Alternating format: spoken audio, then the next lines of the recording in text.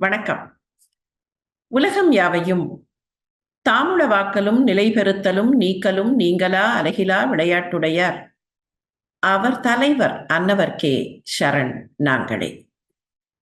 இன்றைய நம்முடைய கம்பராமாயண வகுப்பு 132வது வகுப்பாக மலர்கிறது.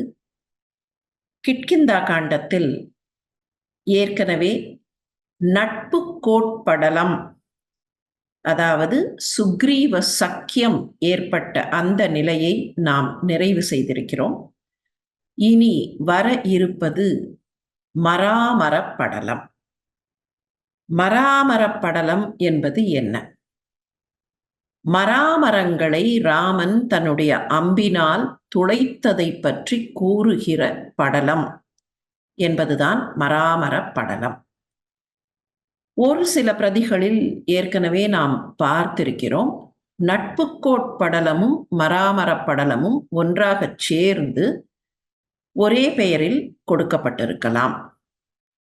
மராமரங்கள், துந்துபி, இந்த இரண்டு விஷயங்களை சற்றே புரிந்து கொள்ள முயல்வோம்.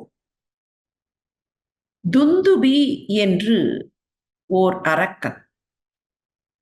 அந்த அரக்கனையும் வாலி அழித்தான்.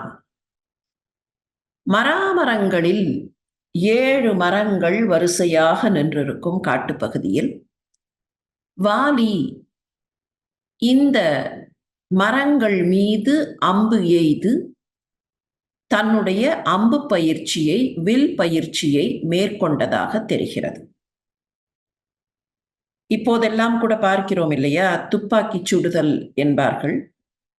ஈவன் ஆர்ச்சரி, ஏதாவது ஒரு டார்கெட் இருக்கும், அந்த இலக்கை நோக்கி யார் அதை செய்கிறாரோ அவர் அம்பு எய்வார் அல்லது துப்பாக்கி சுடுவார். அது அந்த இடத்தில் போய் அந்த டார்கெட்டில் கரெக்டாக விழுகிறதா இல்லை பக்கத்தில் விழுகிறதா, இது ஒரு பயிற்சி முறை. இலக்கை நோக்கி தன்னுடைய சுடுகிற திறன் இருக்கிறதா, அம்பெய்கிற திறன் இருக்கிறதா என்பதற்காக அந்த போட்டியாளர் திரும்ப திரும்ப திரும்ப திரும்ப பயிற்சி மேற்கொள்வார். வாலி என்ன செய்வானாம், அவ்வப்போது தன்னுடைய வில்லையும் அம்புகளையும் எடுத்துக்கொண்டு போய் காட்டுப்பகுதியில் இருந்த அந்த மராமரங்கள் மீது அம்பு எய்து தன்னுடைய குறிபார்த்து அம்பு எய்யக்கூடிய அந்த திறனை வளர்த்து கொள்வானாம். இது மராமரங்களை பற்றியும் துந்துபியை பற்றியும் இராமாயணங்களில் கொடுக்கப்பட்டிருக்கக்கூடிய தகவல். மராமரம் என்பது ஆச்சாமரம், சால மரங்களில் ஒரு வகை என்று குறிப்பிடப்படுகிறது.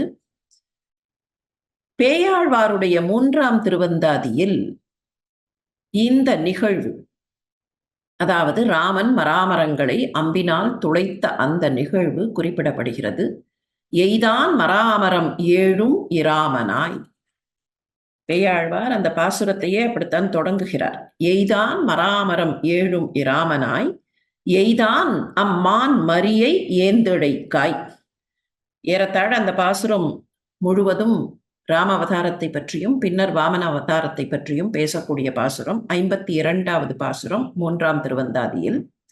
இந்த பாசுரத்தில் முதல் 3 வரிகள் ராம அவதாரம். அதில் முதல் வரியே எய்தான் மராமரம் 7ம் இராமனாய் என்றுதான் தொடங்குகிறது. எனவே இந்த நிகழ்ச்சி, மராமரத்தை ராமன் அம்பெய்த நிகழ்ச்சியை கம்பர் தெளிவாக இங்கே இந்த படலத்தில் பாடுகிறார். இந்த படலத்தை பொறுத்தவரையில் சராசரியாக 21 பாடல்கள் இருப்பதை பார்க்கிறோம். வைமுகோ பதிப்பிலே மாத்திரம் 23 என்கிற கணக்கு வருகிறது. காரணம், 2 பாடல்கள், முதல் 2 பாடல்கள், இந்த படலத்தில் இருக்கிற முதல் 2 பாடல்களை முந்தைய படலத்தில் வைமுகோ பதிப்பு தந்துவிடுகிறது.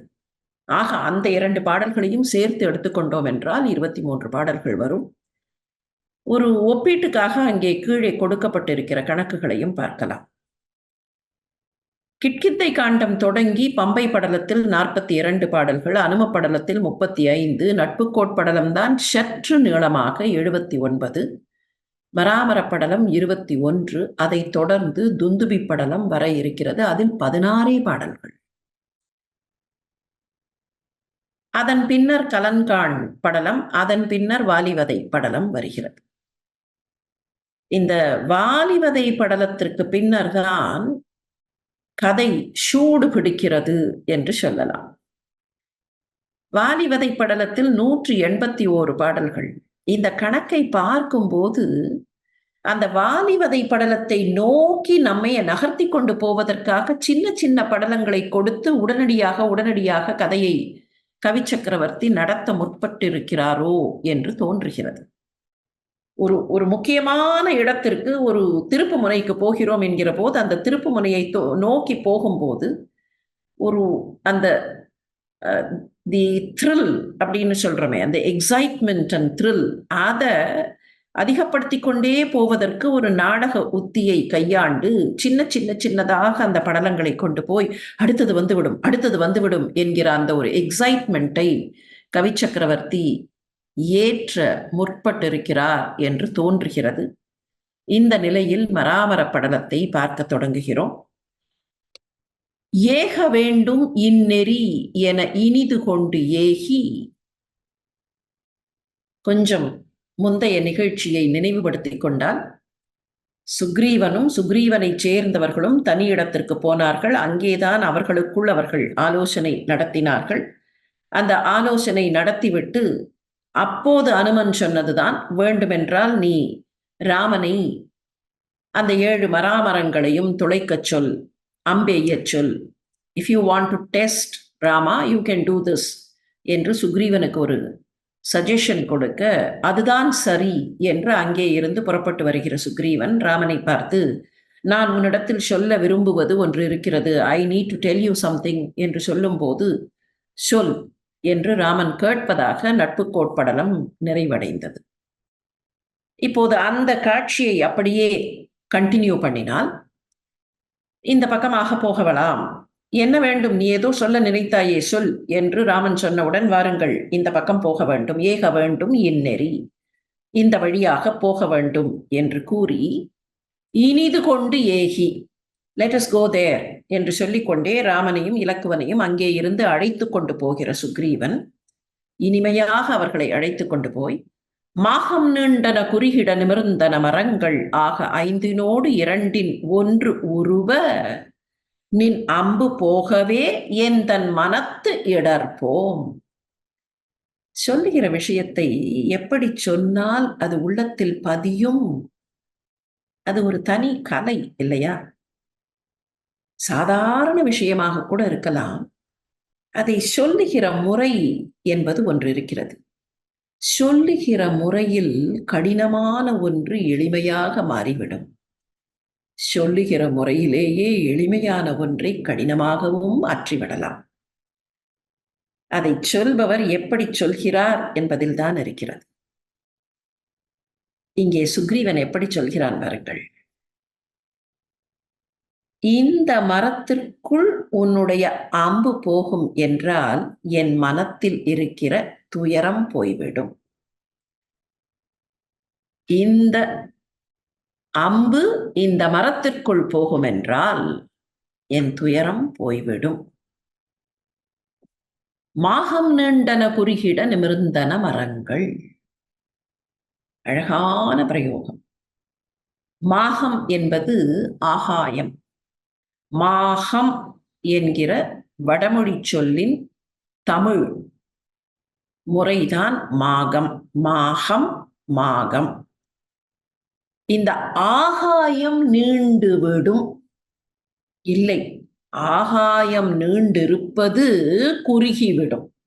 மாகம் நீண்டன குறுகிட. ஆகாயம் எவ்வளோ வசரத்துல இருக்கு, அந்த வசரம் கூட குட்டையாகிவிடும். ஏன் தெரியுமா? இந்த மரங்கள் அதைவிட உயர்ந்த மரங்கள். இந்த மரங்கள் நிமிர்ந்ததால் அந்த ஆகாயம் குறுகிவிடும். இலக்கிய வரி ஒன்று உண்டு, கலிங்கத்து பரணியில் இருக்கிற வரி. ஆனால் பல பேருடைய புழக்கத்தில் இருக்கக்கூடிய ஒரு வரி. படை பெருத்ததால் பார் சிறுத்தது என்பார்கள். இந்த படை பெரிதாக இருக்கிறது. இந்த படையை பார்க்கும்போது, அடடா இவ்வளவு பெரிய படையா, உலகமே இதற்கு முன்னால் சின்னதாகிவிட்டது. படை பெருத்ததால் பார் சிறுத்தது. அதுபோல ஆகாயம் குறுகிவிட்டது இந்த மரங்கள் நிமிர்ந்ததால், மாகம் நீண்டன குறுகிட நிமிர்ந்தன மரங்கள். இந்த மரங்களில் 7 மரங்கள் இருக்கின்றன. ஆக 5 2. இந்த 7ல ஒரு மரத்தின் மீது உன்னுடைய அம்பு போய் அந்த மரத்தை துளைத்து விடும் என்றால், ஒன்று உருவ நின் அம்பு போகவே, உன்னுடைய அம்பு அதை உருவிக்கொண்டுன்னா துளைத்து கொண்டு அந்த பக்கம்னு அர்த்தம். அதை உருவிக்கொண்டு அந்த பக்கம் போய்விடும் என்றால், என்னுடைய உள்ளத்திலே இருக்கிற துயரம் போய்விடும். இந்த மரத்தில் ஒன்றின் மீது நீ அம்பு எய்ய வேண்டும். உன்னுடைய அம்பு இதை துளைக்க வேண்டும். அப்படி என்றால் என்னுடைய மனத்தில் இருக்கிற துயரம் போய்விடும். மறு இலான் அது கூறலும் வானவர்க்கு இறைவன் முறுவல் செய்து அவன் முன்னிய முயற்சியை உன்னி எழு வலி தடந்தோள்களால் சிலையை நாணேற்றி அறிவினால் அடப்ப அரியவற்று அருகு சென்று அணைந்தான். மறு இலான் அது கூறலும், குற்றமில்லாதவனான சுக்ரீவன் அதை சொன்னவுடன், தேவாதி தேவனாக வானவர்க்கு இறைவனாக இருக்கிற ராமன் சிறிய புன்முறுவல் செய்து அவன் முன்னிய முயற்சியை உன்னி அவன் உள்ளத்தில் என்ன நினைக்கிறான் என்பதை தான் உணர்ந்து கொண்டு வலித்தட தோள்களால், எழு வலி என்பது மிகுந்த வலிமை, எழு என்பது மிகுதியான என்கிற பொருளை தரும். அப்படிப்பட்ட வலிமை கொண்ட தன்னுடைய தோள்களால் சிலையை நான் ஏற்றி, அந்த வில்லை நான் ஏற்றி தன்னுடைய தோள்களில் அதை தாங்கி அப்படி நான் ஏற்றி. ஏன் தோள்களில் தாங்கி நாணேற்றுதல் என்றால், இந்த பக்கத்தில் அல்ல, இந்த பக்கத்தில் சாதாரணமாக ஃபார் த ரைட் ஹேண்ட். இந்த கையில் அந்த வில்லை பிடித்து அந்த நான் ஏற்றும் போது இந்த தோளில் தான் அதனுடைய மொத்த பலமும் வந்து தாங்கும். It will be born here. இந்த தோளுக்கும் உண்டு.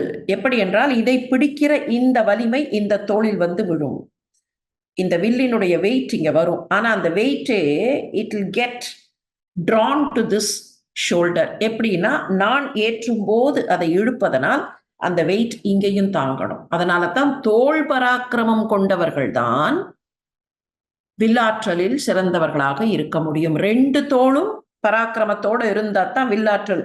இந்த வெயிட்டையும் தாங்கணும், அதே சமயத்துல இதை பிடிச்சு இழுத்து அம்பை செலுத்த வேண்டும். அப்ப இந்த இரண்டும், the load and the force.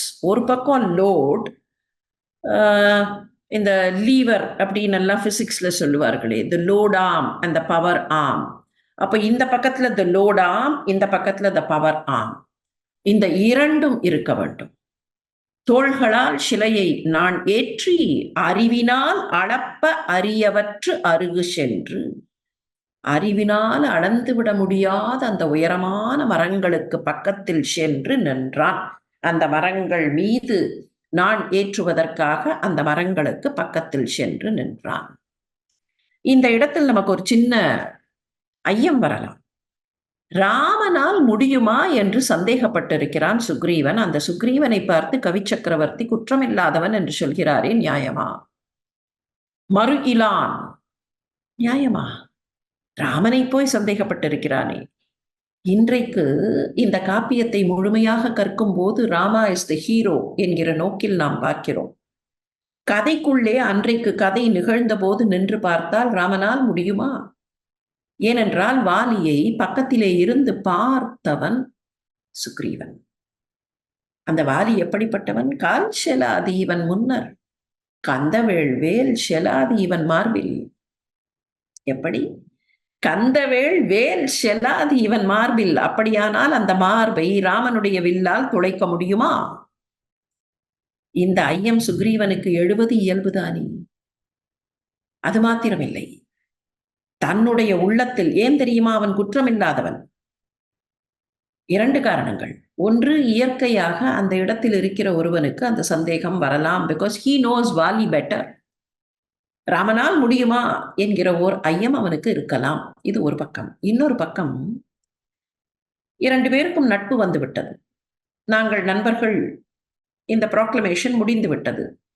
வால்மீகத்தில் இன்னமும் இந்த ப்ராக்ளமேஷன் எப்படி அக்னி மூட்டி 2 பேரும் வலம் வருவார்கள், ராமனும் சுக்ரீவனும் அக்னி மூட்டி வலம் வருவார்கள்.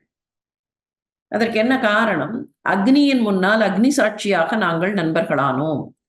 கம்பர் அப்படி ஒரு அக்னி சாட்சியை அழைக்க வேண்டிய அவசியம் இல்லை என்று நினைத்தார். எனவே அப்படி ஒரு காட்சியை கம்பர் காட்டவில்லை.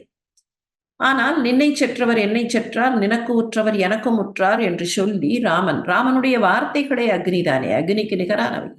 எனவே அந்த வார்த்தைகளை சொல்லி ராமன் சுக்ரீவனோடு நண்பனாகிவிட்டான். இந்த நிலையில் 2 பேரும் நண்பர்களாக இருக்கிற நிலையில் தன்னுடைய உள்ளத்தில் ஏதோ ஒன்றை நினைத்து அதை சுக்ரீவன் மறைக்கவில்லை. என் மனசுல சந்தேகம், ஆனா அதை மறைத்து கொண்டு நான் சிரித்து நடித்தேன் என்றால் ஏதோ ஒன்றை மறைக்கிறேன். I am looking at him with the eye of suspicion. ஆனால் அதை வெளியில் காட்டாமல் நடிக்கிறேன். அப்படி நடிக்காமல் தன்னுடைய உள்ளத்தில் இருக்கிற அந்த ஐயத்தை நேரடியாக சொல்லி, இதை நீ பண்ணிவிட்டாய் என்றால் என்னுடைய உள்ளத்தில் இருக்கிற துன்பம் போய்விடும். அதையும் அழகாக நாகரிகமாக சொல்லக்கூடிய அந்த தன்மையை பார்த்துத்தான் மறு இலான், உள்ளத்திலே குற்றம் இல்லாதவன், தன் உள்ளத்தில் இருப்பதை மறைக்காமல் சொல்லுகிற சுக்ரீவன் மறு இலான் அது கூறலும்.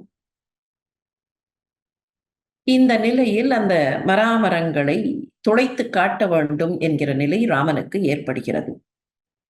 வான்மீகத்திலேயும் இந்த காட்சி வருகிறது. ஆனால் ஒரு சின்ன கம்பாரிசனுக்காக பார்க்கலாம். வாலியும் சுக்ரீவனும் ராமனும் நண்பர்களாகிறார்கள். அப்படி நண்பர்களான நிலையில் தன்னுடைய துன்பத்தை, வாலியினால் தனக்கு வந்த துன்பத்தை சுக்ரீவன் சொல்ல, உன்னுடைய மனைவியை உனக்கு மீட்டு தருகிறேன், உன்னுடைய ராஜ்யத்தையும் உனக்கு தருகிறேன் என்பதாக ராமன் வாக்கு கொடுக்கிறார். இதுவரைக்கும் கம்பரிலேயும் நாம் இதைத்தான் பார்த்தோம்.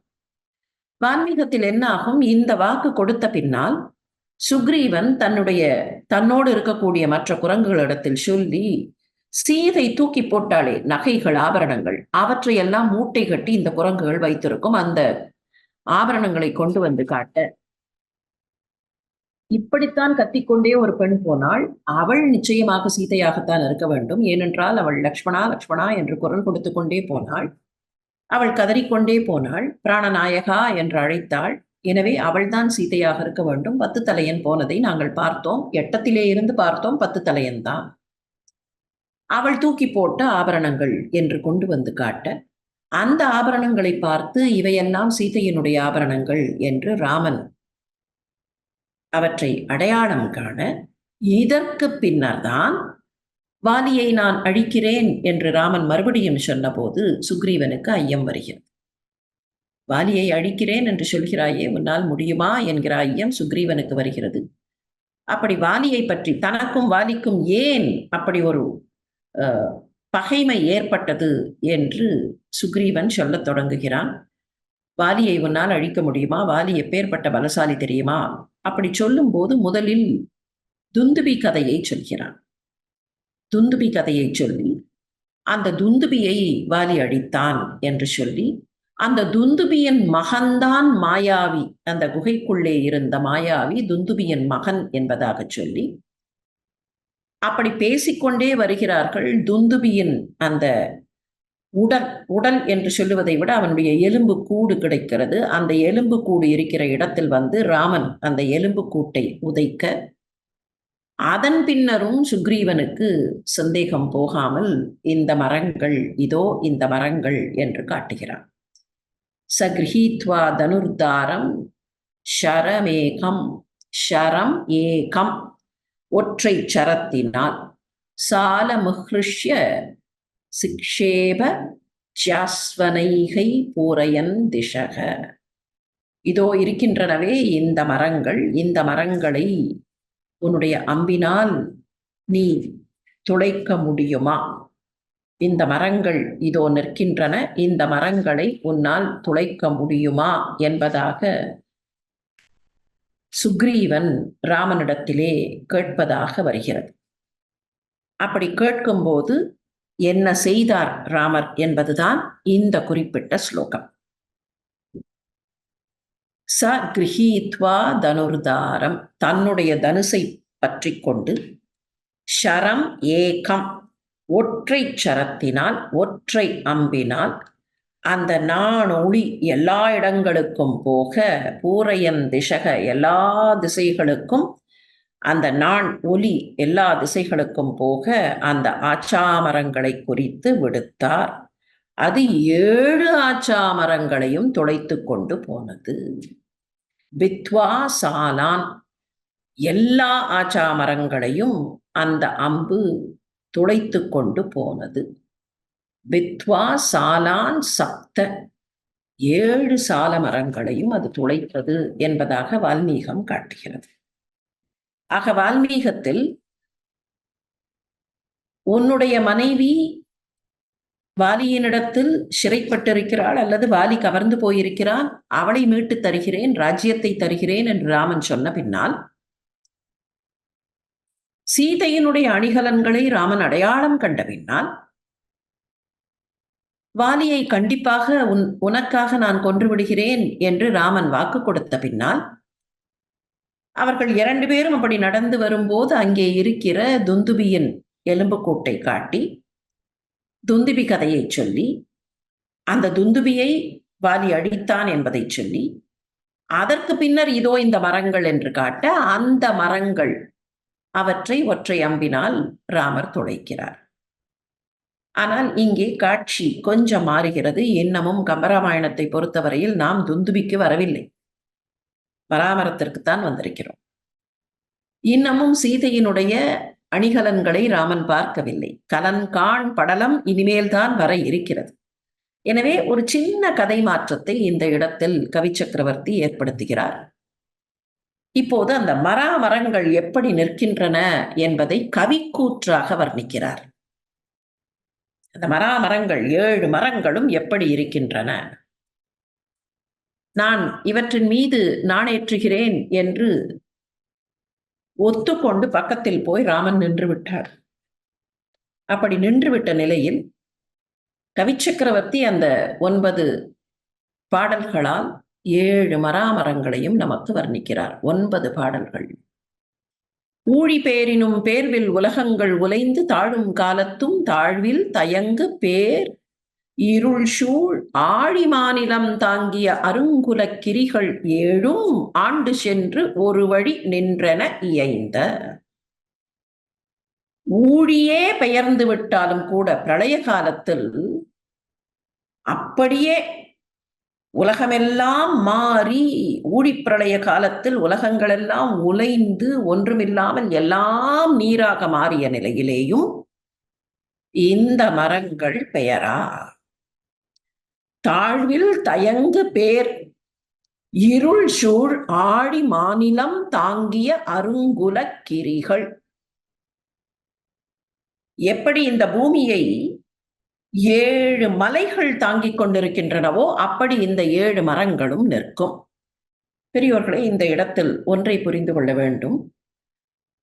சில முறைகள், மரபுகள் உண்டு. அந்த மரபுகளின்படி இந்த பூமியை மேலே இருக்கிற 7 மலைகள் தாங்கிக் கொண்டிருப்பதாக ஒரு குறிப்பு உண்டு. அவைதான் மா நிலம் தாங்கிய அருங்குலகிரிகள். அவற்றுக்கு குலமலைகள் அல்லது குலகிரிகள் என்று பெயர். இப்படி இந்த பூமியை தாங்கிக் கொண்டிருக்கிற 7 மலைகள் நிற்கின்றனவே, அதை போல இந்த 7 மரங்கள் நிற்கும். இந்த உலகத்திற்கு ஏதாவது ஆகி இந்த பூமியே கீழே போனால் கூட இந்த மரங்கள் பெயரா. பூமி பெயர்ந்து விடலாம், ஆனால் மரங்கள் பெயரா. அப்படியே they will be there, உறுதியாக நிற்கக்கூடியவை. இது கொஞ்சம் உயர்வு நவிர்ச்சி தான்.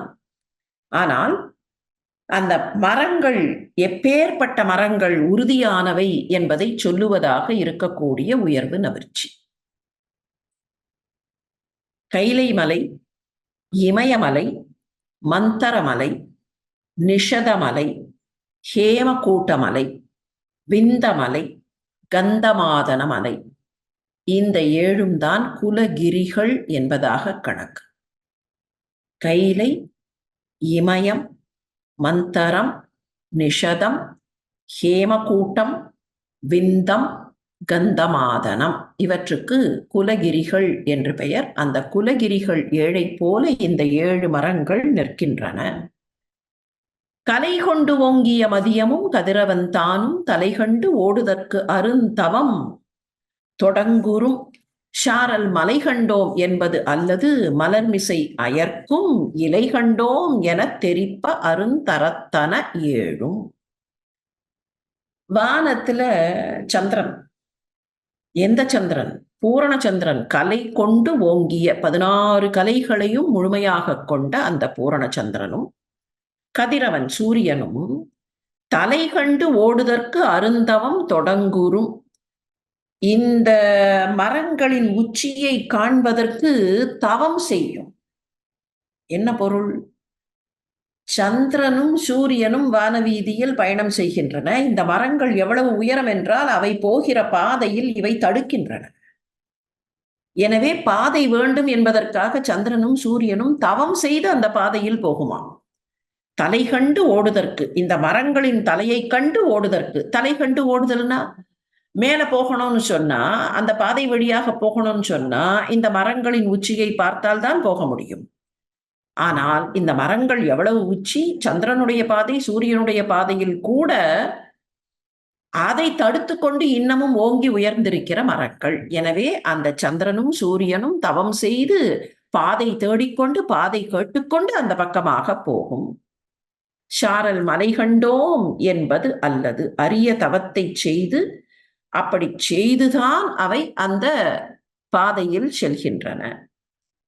அதே போல மலர்மிசை அயன், மலர் மீது இருக்கக்கூடிய பிரம்மதேவன். மலர்மிசை என்பது வள்ளுவ பேராசான் நமக்கு தரக்கூடிய சொற்றொடர். மலர்மிசை ஏகினான் என்பார். இங்கே மலர்மிசை என்று அந்த சொற்றொடரை எடுத்துக்கொண்டு மலர்மிசை அயன், அயன் என்பது பிரம்மாவை குறிக்கக்கூடியது. நாபிக்கமலத்தில் இருக்கிற பிரம்மா, அந்த பிரம்மா கூட இந்த மரங்களை பார்த்ததில்லை. இலை கண்டோம். பிரம்மா கூட இந்த மரங்களின் உச்சியில் இருக்கிற இலையை பார்த்ததில்லை, இலைகளை பார்த்ததில்லை. சத்தியலோகத்தில் இருக்கக்கூடிய பிரம்மாவால் கூட முடியவில்லை. ஷாரல் மலை கண்டோம் என்பது அல்லது. ஷாரல் மலை கண்டோம் என்றால் என்ன? மலைச்சாரல் என்று சொல்கிறோம் இல்லையா?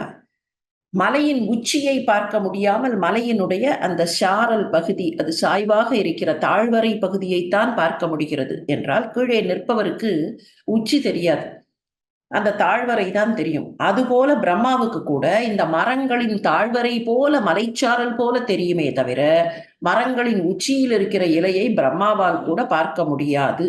ஷாரல் மலை கண்டோம் என்பது அல்லது மலர்மிசை அயர்க்கும் இலை கண்டோம் என தெரிப்ப அருந்தரத்தன.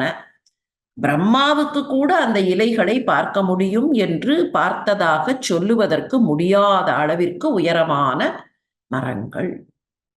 சிருஷ்டிகர்த்தாவான பிரம்மாவுக்கே அந்த மரங்களின் உயர்வை பார்க்க முடியவில்லை என்றால் அந்த மரங்கள் எவ்வளவு உயர்ந்தவை!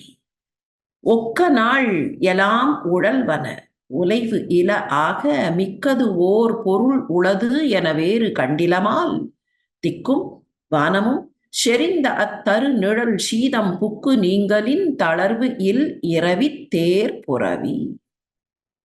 இது ஓர் அற்புதமான கற்பனை. சூரியன் தன்னுடைய தேரில் வலம் வருகிறான்.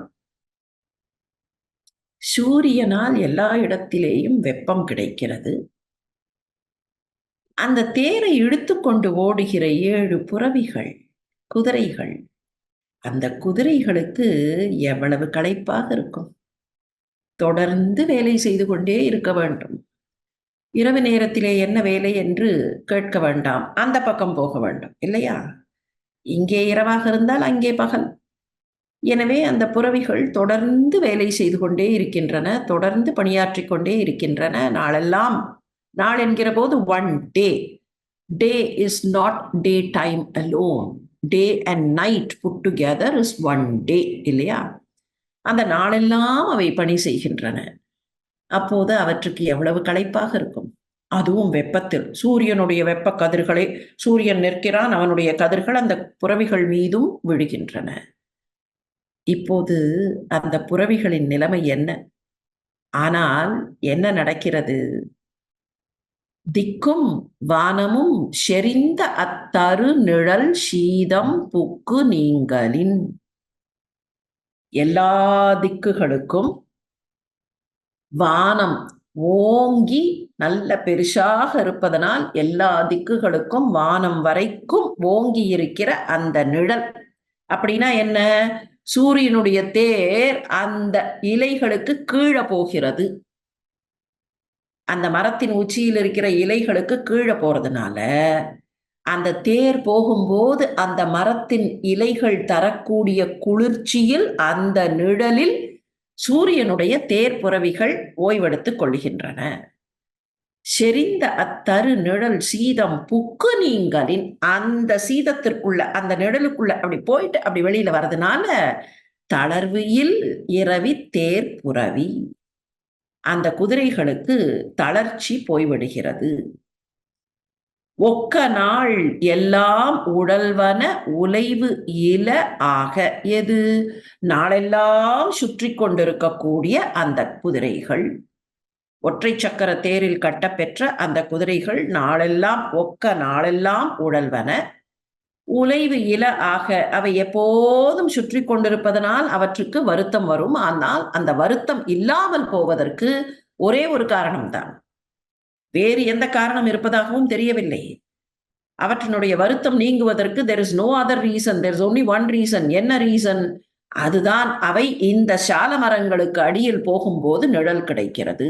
அப்படியானால் உலகத்திலேயே இந்த 7 மரங்களுக்கு கீழே மட்டும்தான் அந்த குதிரைகளுக்கு நிழல் கிடைக்கிறது, வேறு இடத்தில் இல்லை. ஆனால் இந்த நிழல் is able to sustain them for the rest of the distance. மிக்கது ஓர் பொருள் உளது என வேறு கண்டிலமான். இதை தாண்டி வேற ஏதோ ஒரு காரணம் இருக்கு, இதற்கு மிக்காக இன்னொரு காரணம் அந்த குதிரைகளுக்கு களைப்பை நீக்குகிறது என்று நாங்கள் பார்க்கவில்லை.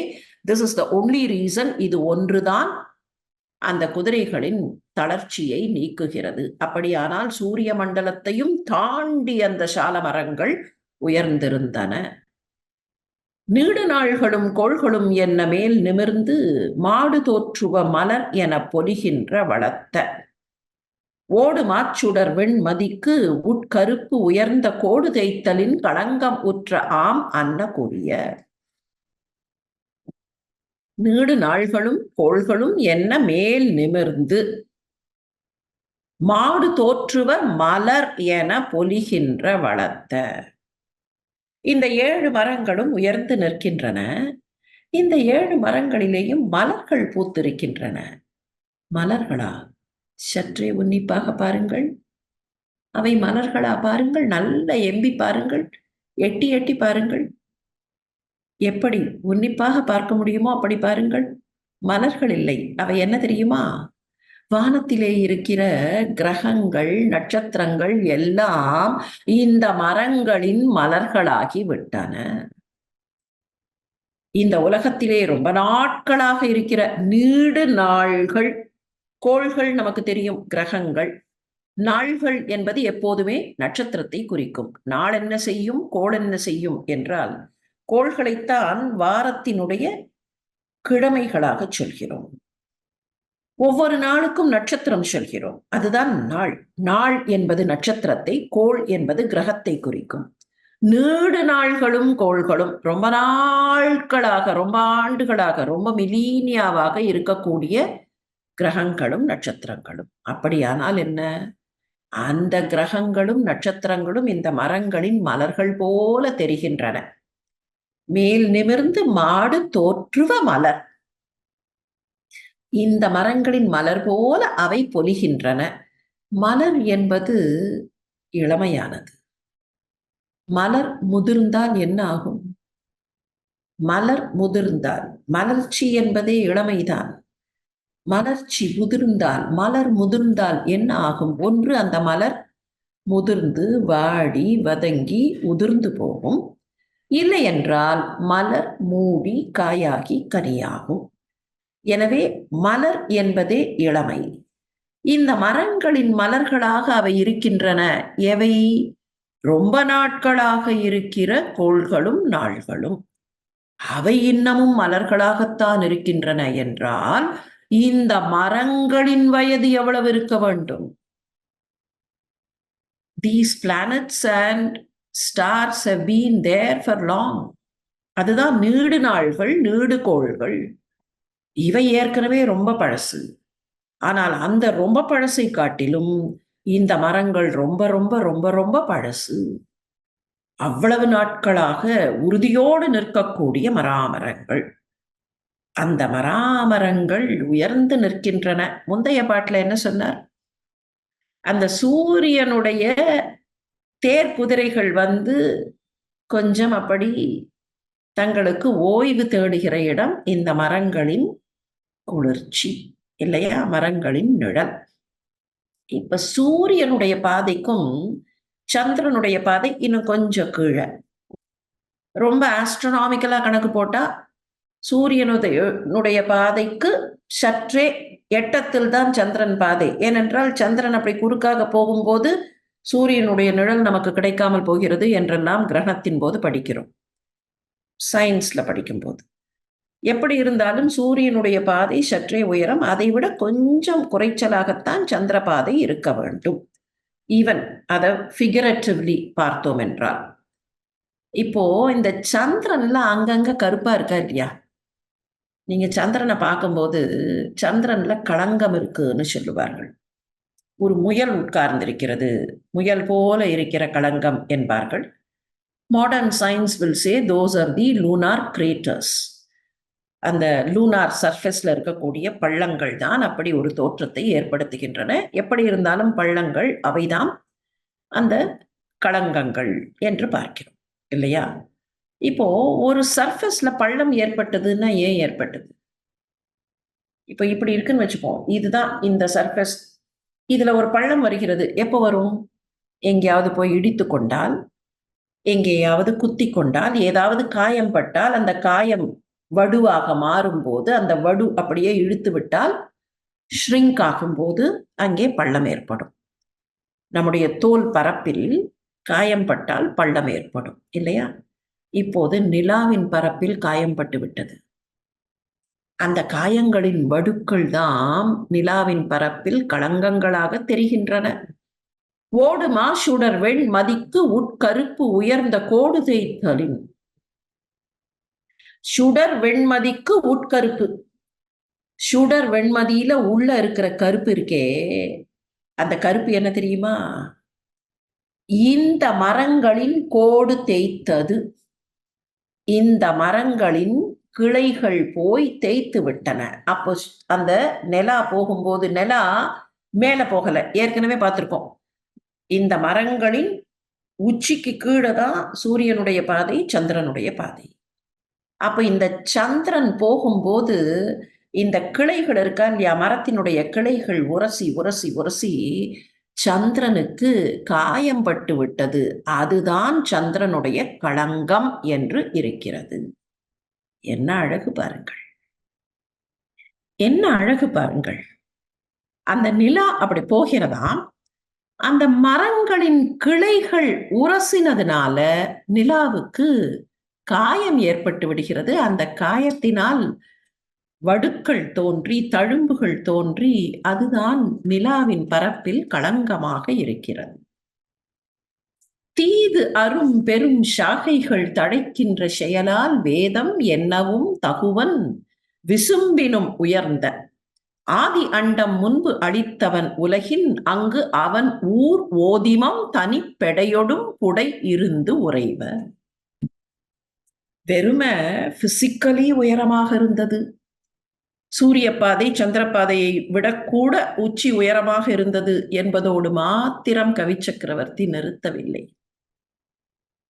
பலமுறை பார்த்திருக்கிறோம் இப்படிப்பட்ட வர்ணனைகள், இப்படிப்பட்ட திருக்கோலங்கள் எல்லாம் கதையை மாத்திரம் சொல்வதற்காக வந்தவை இல்லை. நமக்கு வேறு ஏதோ ஒன்றை இவை உரைக்க நினைக்கின்றன. ஒரு பக்கத்துல அந்த பிசிக்கலாக அவ்வளவு உயரமான மரம் என்று சொல்லுவதற்காக சூரிய பாதையும் சந்திரபாதையும் கூட கீழே இருக்கின்றன என்பதற்கு ஒரு அழகான காட்சியை காட்டுகிறார். சூரியனுடைய குதிரைகள் எல்லாம் வந்து ஓய்வெடுத்துக் கொண்டன. Have we ever imagined?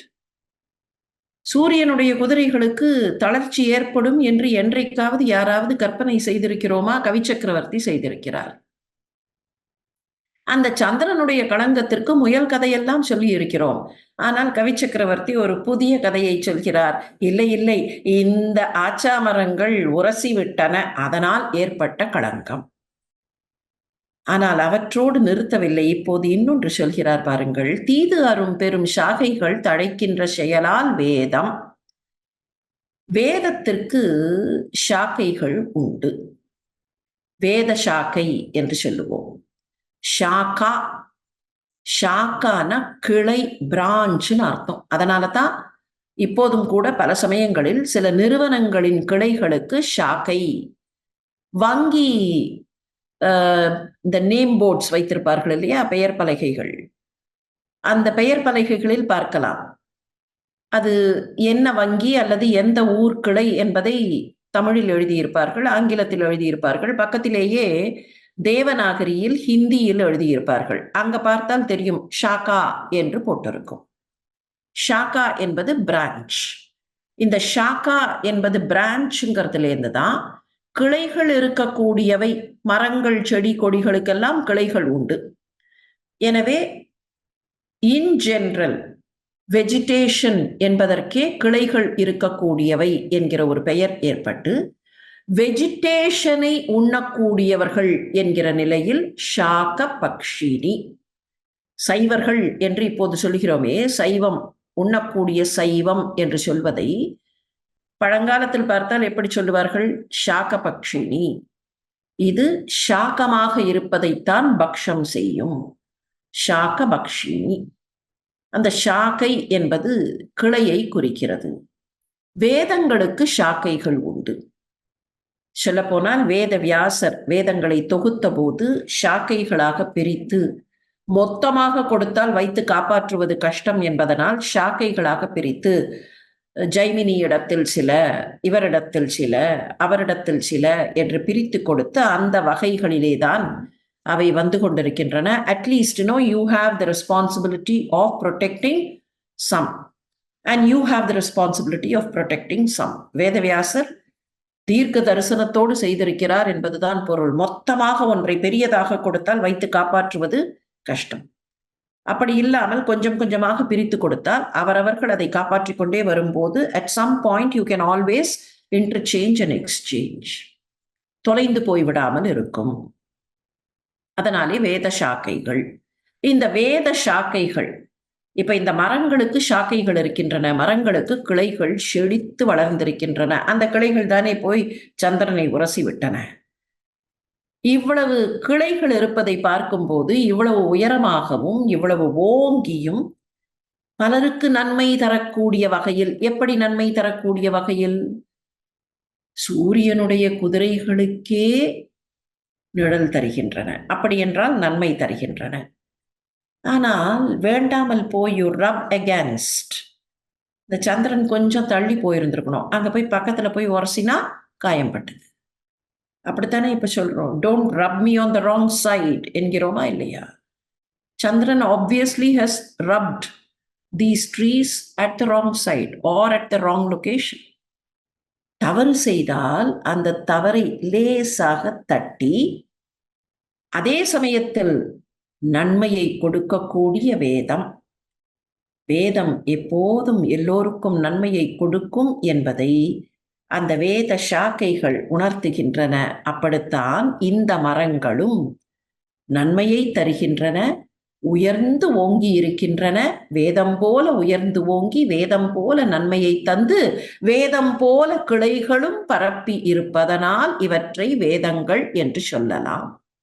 தீது அரும் பெரும் சாகைகள் தழைக்கின்ற செயலால் வேதம் என்னவும் தகுவன். வேதம் என்று சொல்லுவதற்கும் இவை தகுந்தவை. அது மாத்திரமல்ல, இவை உயர்ந்தும் வளர்ந்திருக்கின்றன, வேதம் போல உயர்வாக இருக்கின்றன. விசும்பினும் உயர்ந்த. வானத்தை காட்டிலும் உயர்வானது எது என்று கேட்டால் வேதம்.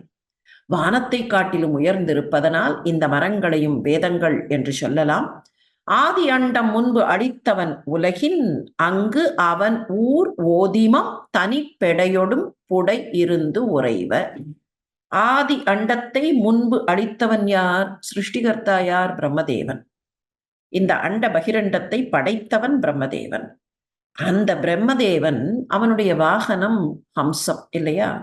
அப்படி என்றால் சத்தியலோகத்தில் அவனுடைய ஹம்சம் அங்கேயும் இங்கேயுமாக சஞ்சரித்து கொண்டிருக்கும். பிரம்மாவினுடைய ஹம்சம் இங்கேயும் அங்கேயும் சஞ்சரிக்கும்.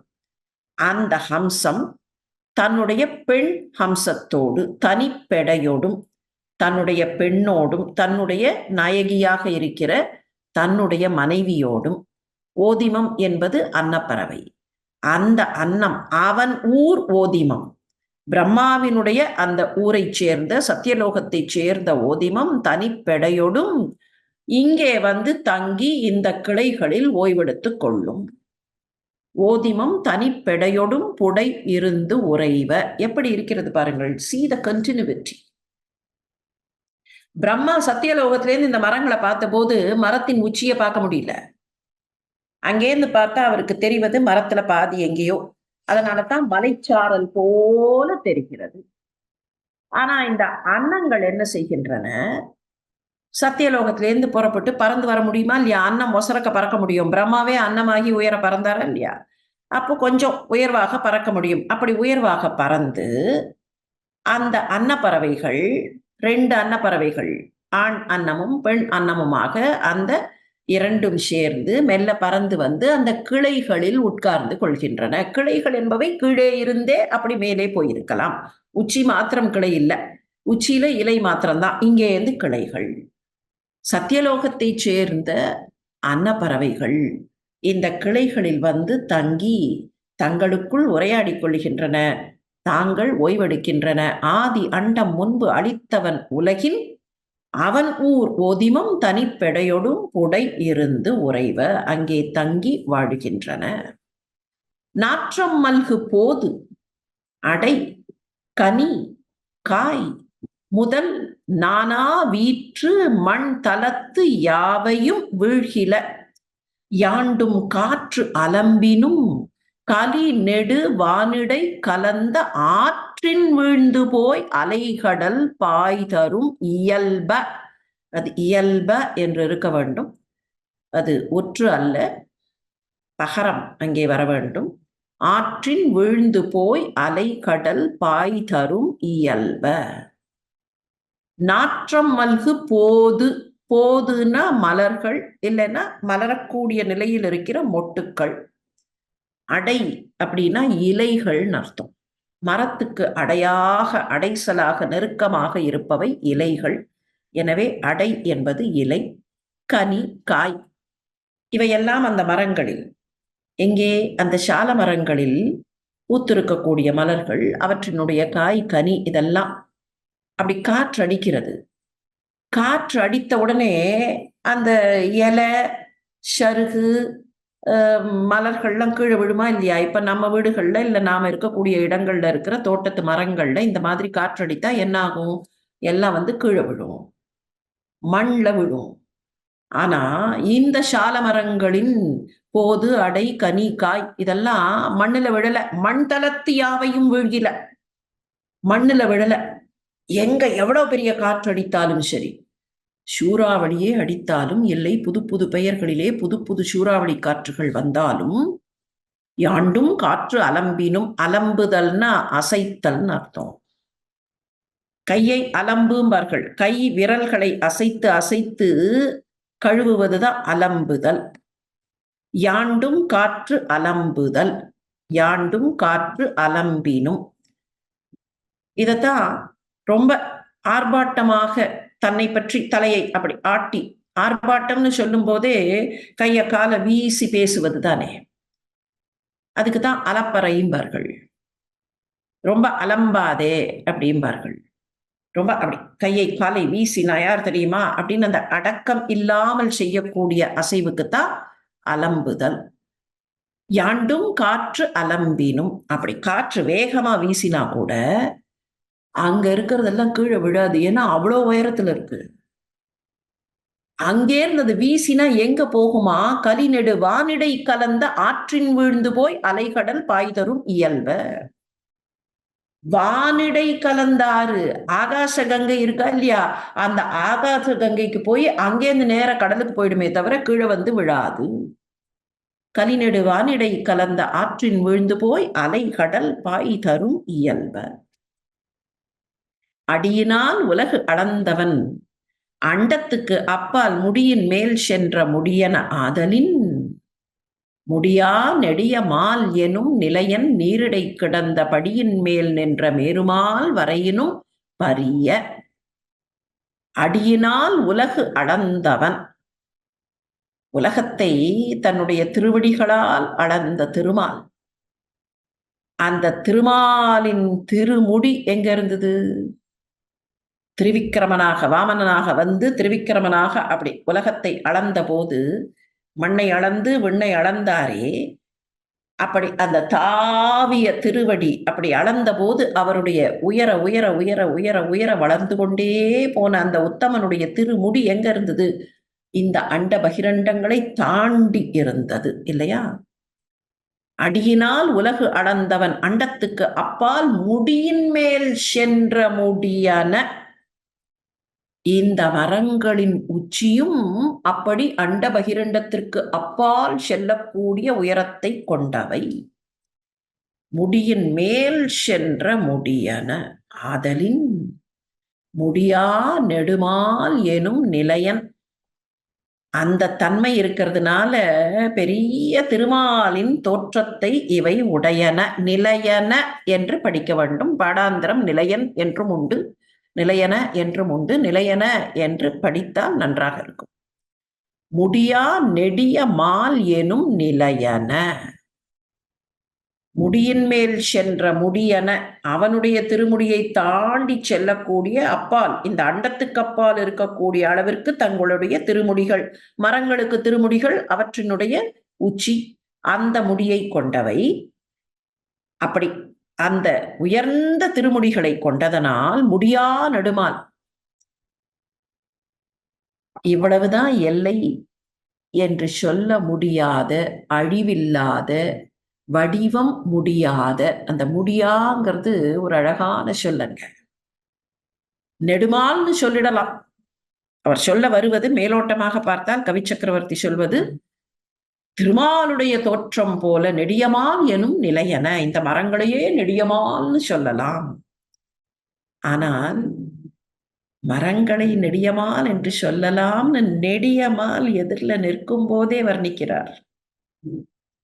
ராமன் தானே நெடியமால். அந்த ராமன் நெடியமால் அங்கே நிற்கும் போதே வர்ணிக்கிறார். இப்போ ஒரு சின்ன சிக்கல் வருகிறது.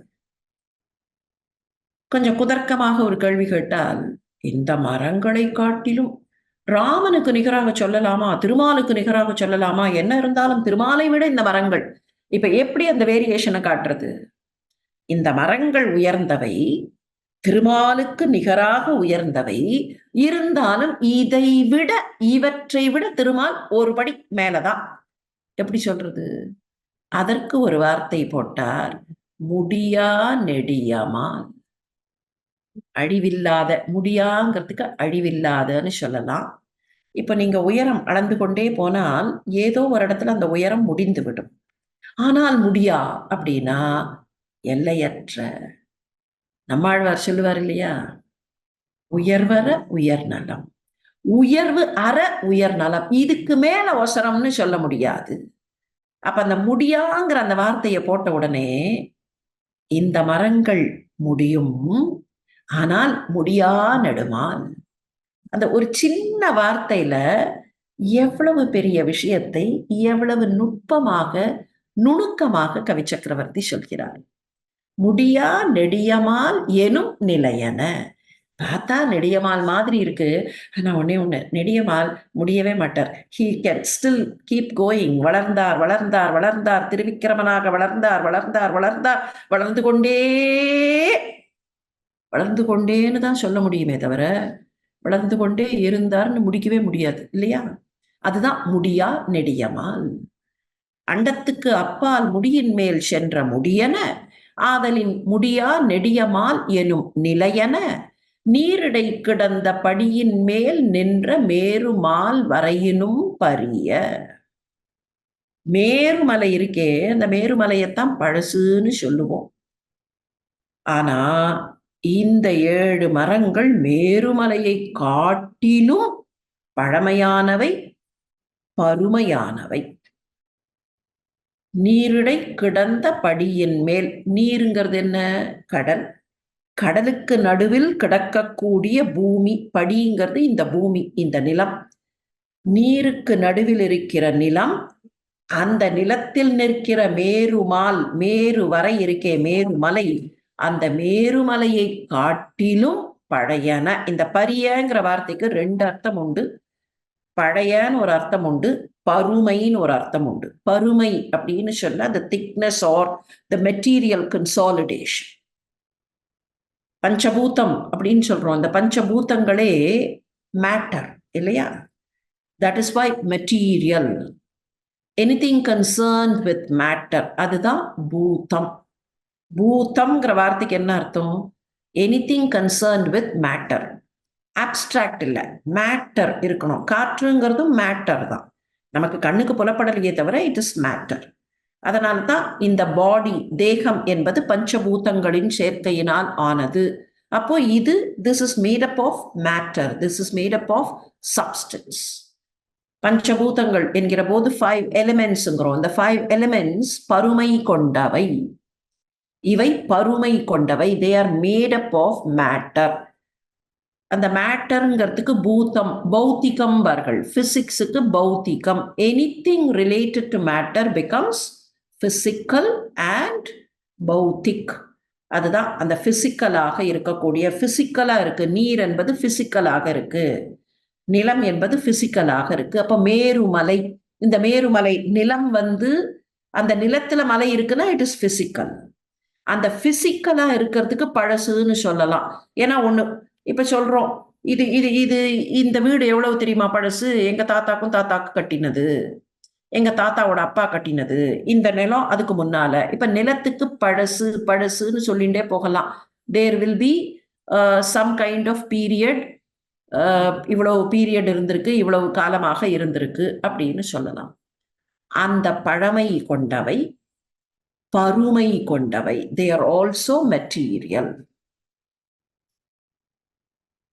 உயரத்துல எவ்வளவு உயரம்னு சொன்னா நெடியமாலை நிகர்த்த உயரம். எப்படி நெடியமாலுடைய திருமுடி அண்டத்துக்கு அப்பால் போனதோ அப்படி இந்த மரங்களின் திருமுடி அண்டத்துக்கு அப்பால் போனது. அதே போல இந்த மரங்கள் பழமையானவை. அந்த இடத்துலயும் ஒரு சின்ன சட்டில் சேஞ்ச், சட்டில் டிஃபரன்ஸ் கொண்டு வருகிறார். எப்படி அந்த உயரத்துல சொல்லும் போது அது முடியா நெடியமால்னு ஒரு சின்ன டிஃபரன்ஸை போட்டாரோ, அதே மாதிரி மேருமலையை விட பழையது அப்படின்னு சொல்லும் போது பழமை, இவை பழமையானவை. இவை பரிய அப்படிங்கும் போது இவை பருமை கொண்டவை. என்ன வித்தியாசம்? கடவுள் பருமை கொண்டவன் மாத்திரம் அல்ல, பருமைக்கும் அப்பாற்பட்டவன். அந்த ஒரு சின்ன வித்தியாசம் வருதா இல்லையா? ஒரு சப்ஸ்டன்ஸ் அப்படிங்கிற ஸ்டேஜ் வந்துட்டாலே அந்த சப்ஸ்டன்ஸ் ஏதோ ஒரு பாயிண்ட்ல தொடங்கி இருக்கணும்.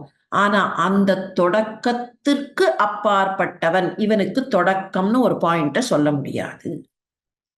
மாணிக்க வாசகர் ரொம்ப அழகா சொல்லுவாரு.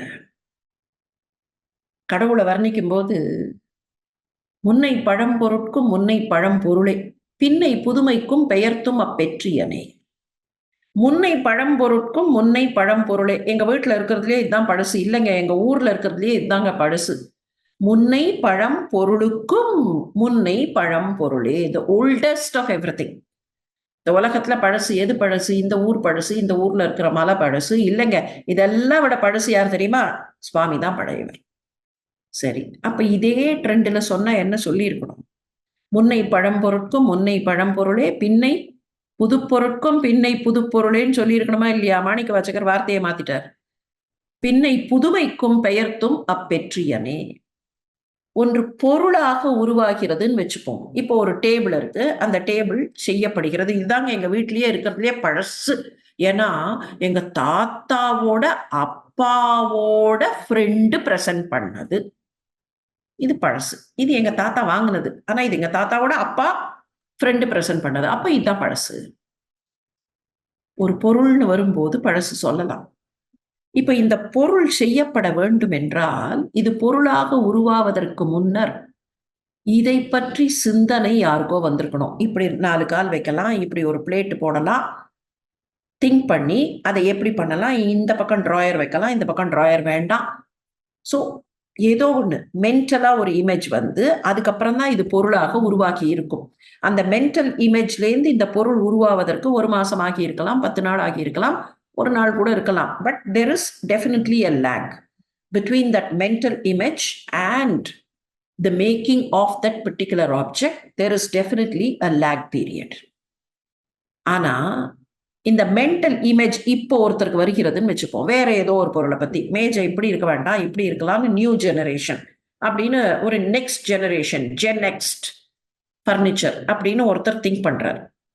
திங்க் பண்ணவர் அதை பொருளாக ஆக்குவதற்குள் பக்கத்துல இருக்கிறவருக்கு இன்னொரு திங்கிங் தெரியாது. நமக்கு யார் உள்ளத்துல என்ன திங்கிங் இருக்குன்னே தெரியாது. பாக்குறோமா இல்லையா? இன்னைக்கு போய் ஒரு செல்போன் வாங்கினா காலையில் ஒன்றை வாங்கினால் மாலையில் it becomes an old generation and there's another generation coming in. இப்போ இந்த thinking process will be going on.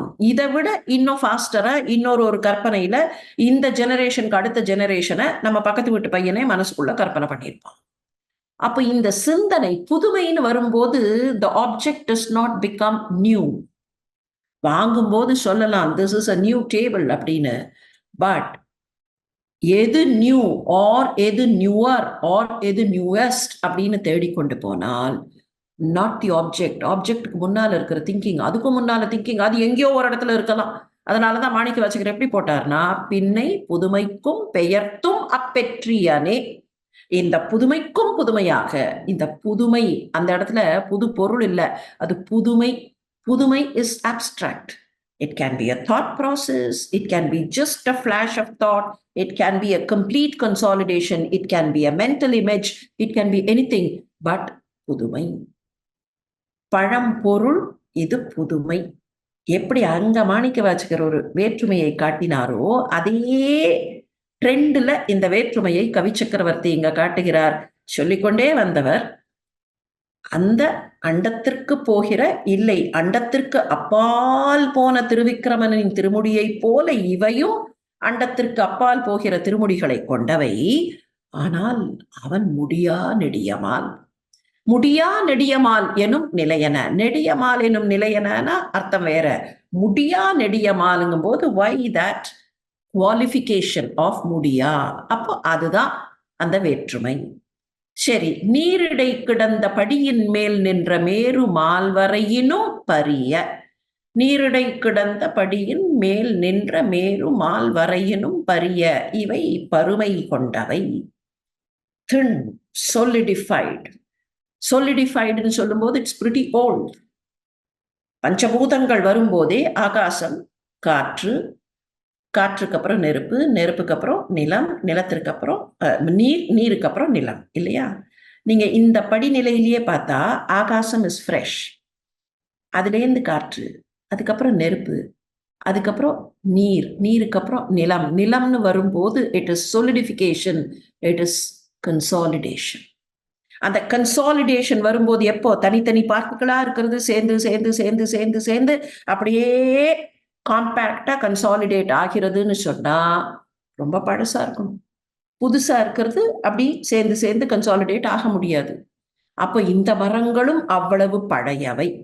இவை பழையவை அப்படின்னு சொல்லும் போதே இது பழசான ஆப்ஜெக்ட்ங்கிற ஒரு பெருமை ஒரு பக்கம், இன்னொரு பக்கம் இது என்ன இருந்தாலும் பருமை கொண்ட ஆப்ஜெக்ட். ஆனால் பருமைக்கெல்லாம் அப்பாற்பட்டு ஒரு ஆப்ஜெக்ட்னு சொல்ல முடியாமல் உள்ளேயும் புறத்தேயும் இருப்பவன் கடவுள். அந்த ஒரு சின்ன வித்தியாசத்தை தன்னுடைய வார்த்தைகளை இப்படியும் அப்படியும் போடுவதிலேயே கவி சக்கரவர்த்தி காட்டிவிடுகிறார். வள்ளல் இந்திரன் மைந்தர்க்கும் தம்பிக்கும் வயிர்த்த உள்ளமே என ஒன்றின் ஒன்று உள் வயிர்ப்பு உடைய உடைய தெள்ளு நீரிடை. அந்த பிழை அங்கே இருக்கிறது, சற்றே பொறுத்து கொள்ளுங்கள். உடைய தெள்ளு நீரிடை கிடந்த பார் சுமக்கின்ற சேடன் வெள்ளி வெண்படம் குடைந்து கீழ் போகிய வேர். இந்த மரம் இல்லை, இந்த 7 மரங்களும் எவ்வளவு உயர்ந்தவை, எவ்வளவு உறுதியானவை என்று சொல்லிக்கொண்டே வருபவர் இப்போது இன்னும் 2 தன்மைகளை காட்டுகிறார். மரத்தை பத்தி சொல்லும்போது வைரம் பாய்ந்த மரம் அப்படின்னு சொல்லுவோம். அந்த உள் மரம் இருக்கே, உள்ளுக்குள்ள இருக்கிற கோர், அது வைரம் அப்படிம்பார்கள். நல்ல வைரம் பாய்ந்த மரம். இந்த மரம் பருக்க பருக்க பருக்க, அதாவது அந்த ரிங்ஸ் சொல்லுவார்கள். மரத்தினுடைய வயதை கண்டுபிடிப்பதற்கு உள்ளுக்குள்ள எத்தனை வட்டங்கள் இருக்கின்றன என்பதுதான் இல்லையா? அந்த வட்டங்கள், அந்த வட்டங்களுக்கு உள்ள இருக்கிறது இன்னர் கோர் இருக்கே, அந்த இன்னர் கோர், அந்த உள் வைரம். அந்த உள் வைரம் எப்படிப்பட்டதுன்னா, இந்திரன் மைந்தனாக இருக்கிற வாலிக்கும் அவனுடைய தம்பிக்கும் இப்ப பகைமை ஏற்பட்டு உள்ளுக்குள்ள அப்படியே அந்த உறுதி, அந்த பகைமை உறுதி அப்படியே இருக்கே, அதை வைரம்னு தானே சொல்லுவோம். வயிர்த்த உள்ளமே என ஒன்றின் ஒன்று உள் வயிர்ப்பு உடைய. எவ்வளவு பகைமை அப்படி உறுதிப்பட்டு நிற்கிறதோ அப்படி இந்த மரங்களும் ஒன்றுக்கொன்று வைரம் பாய்ந்த தன்மை கொண்டவை. அந்த வைரம்ங்கிற வார்த்தையில விளையாடுகிறார். வயிர்த்த அப்படின்னா பகைமை முற்றியன்னு ஒரு அர்த்தம். வைரம்னா வைரம் வச்சிருக்கேன், அதனாலதான் வைரீம்பார்கள். பகைவரை சொல்லும்போது வைரி அப்படின்னு சொல்றதுக்கு என்ன காரணம்னா, வைரம்னா பகை, அதே சமயத்துல வைரம்னா உறுதி. இந்த 2ஐயும் இந்த இடத்தில் பயன்படுத்துகிறார். அந்த 2 பேருக்கும் இருக்கக்கூடிய பகைமை எப்படி இருக்குமோ அப்படி ஒரு உறுதித்தன்மை கொண்ட வைரம் பாய்ந்த மரங்கள். தெழுநீரிடை கிடந்த பார் சுமக்கின்ற சேடன் வெள்ளி வெண்படம் குடைந்து கீழ் போகிய வேர் உடைய. இவற்றினுடைய வேர்கள் எங்கே போயிருக்கின்றன? மரங்களின் வேர்கள் கீழே போகும். எப்படி கீழே போயிருக்கின்றன? இந்த பூமிக்கு கீழே யார் இருக்கிறார்கள்? ஆதிசேஷன் இந்த பூமியை தாங்குகிறான். தெள்ளு நீரிடை கிடந்த பார், கடலுக்கு நடுவில் இருக்கிற பூமி, இந்த பூமியை ஆதிசேஷன் சுமக்கிறான் இல்லையா? இந்த மரங்களின் வேர்கள் கீழே போகும்போது அந்த ஆதிசேஷனுடைய பணாமுடிகள் இருக்கின்றனவே, வெள்ளி வெண்படம். ஆதிசேஷன் வெண்மையானவன், தங்க நிறத்தவன், தங்கமும் வெண்மையும் சேர்ந்த நிறத்தவன் என்று கணக்கு. அதுதான் அந்த வெள்ளி வெண்படம். அப்படி படபடக்கக்கூடிய அவனுடைய அந்த வெண்படாமுடிகள், அந்த படம் எடுக்கிற அந்த முடி இருக்கே, அதை குடைந்து கொண்டு, அவனுடைய தலையை குடைந்து கொண்டு போகக்கூடிய வேர்கள். அப்படி என்றால் இந்த மரங்கள் எவ்வளவு பழமையானவை, எவ்வளவு உறுதியானவை என்று தெரியும். சென்று திக்கினை அளந்தன பனைகளில் தேவர் என்றும் நிற்கும் என்று இசைப்பன. இரு சுடர் திரியும் குன்றினுக்கு உயர்ந்து அகன்றன. ஒன்றினும் குறுகா ஒன்றினுக்கு ஒன்றின் இடை நெடிது யோசனை உடைய. படிக்கும்போது சென்று திக்கினை அளந்தன, பனைகளின் சென்று திக்கினை அளந்தன. பனை என்பது கிளைகள். அபிராமிப்பட்டர் இதே சொல்லை பயன்படுத்துவார். பனை, பனை என்பது கிளை. சென்று திக்கினை அளந்தன, அந்த கிளைகளெல்லாம் போய் திசைகளை அளக்கின்றன. தேவர் என்றும் நிற்கும் என்று இசைப்பன. தேவர்கள் இந்த மரங்களை பார்த்துவிட்டு எல்லா திசைகளுக்கும் இவற்றினுடைய கிளைகள் போகின்றனவே, இவை நிலைத்து நிற்கக்கூடிய மரங்கள் என்று சொல்லுவார்களாம். தேவர் என்றும் நிற்கும் என்று இசைப்பன. இரு சுடர் திரியும் குன்றினுக்கு உயர்ந்து அகன்றன. இரு சுடர் என்பது சூரியனும் சந்திரனும். அந்த சூரியனும் சந்திரனும் திரிகிற குன்றுகள், அந்த குன்றுகளை காட்டிலும் உயர்ந்தவை. அது என்ன? சூரியனும் சந்திரனும் திரிகிற குன்றுகள். சூரியன் உதிப்பதற்கு ஒரு மலை இருப்பதாகவும் அஸ்தமிப்பதற்கு ஒரு மலை இருப்பதாகவும் கணக்கு. அது மாத்திரமல்ல, மேரு மலை இருக்கிறது,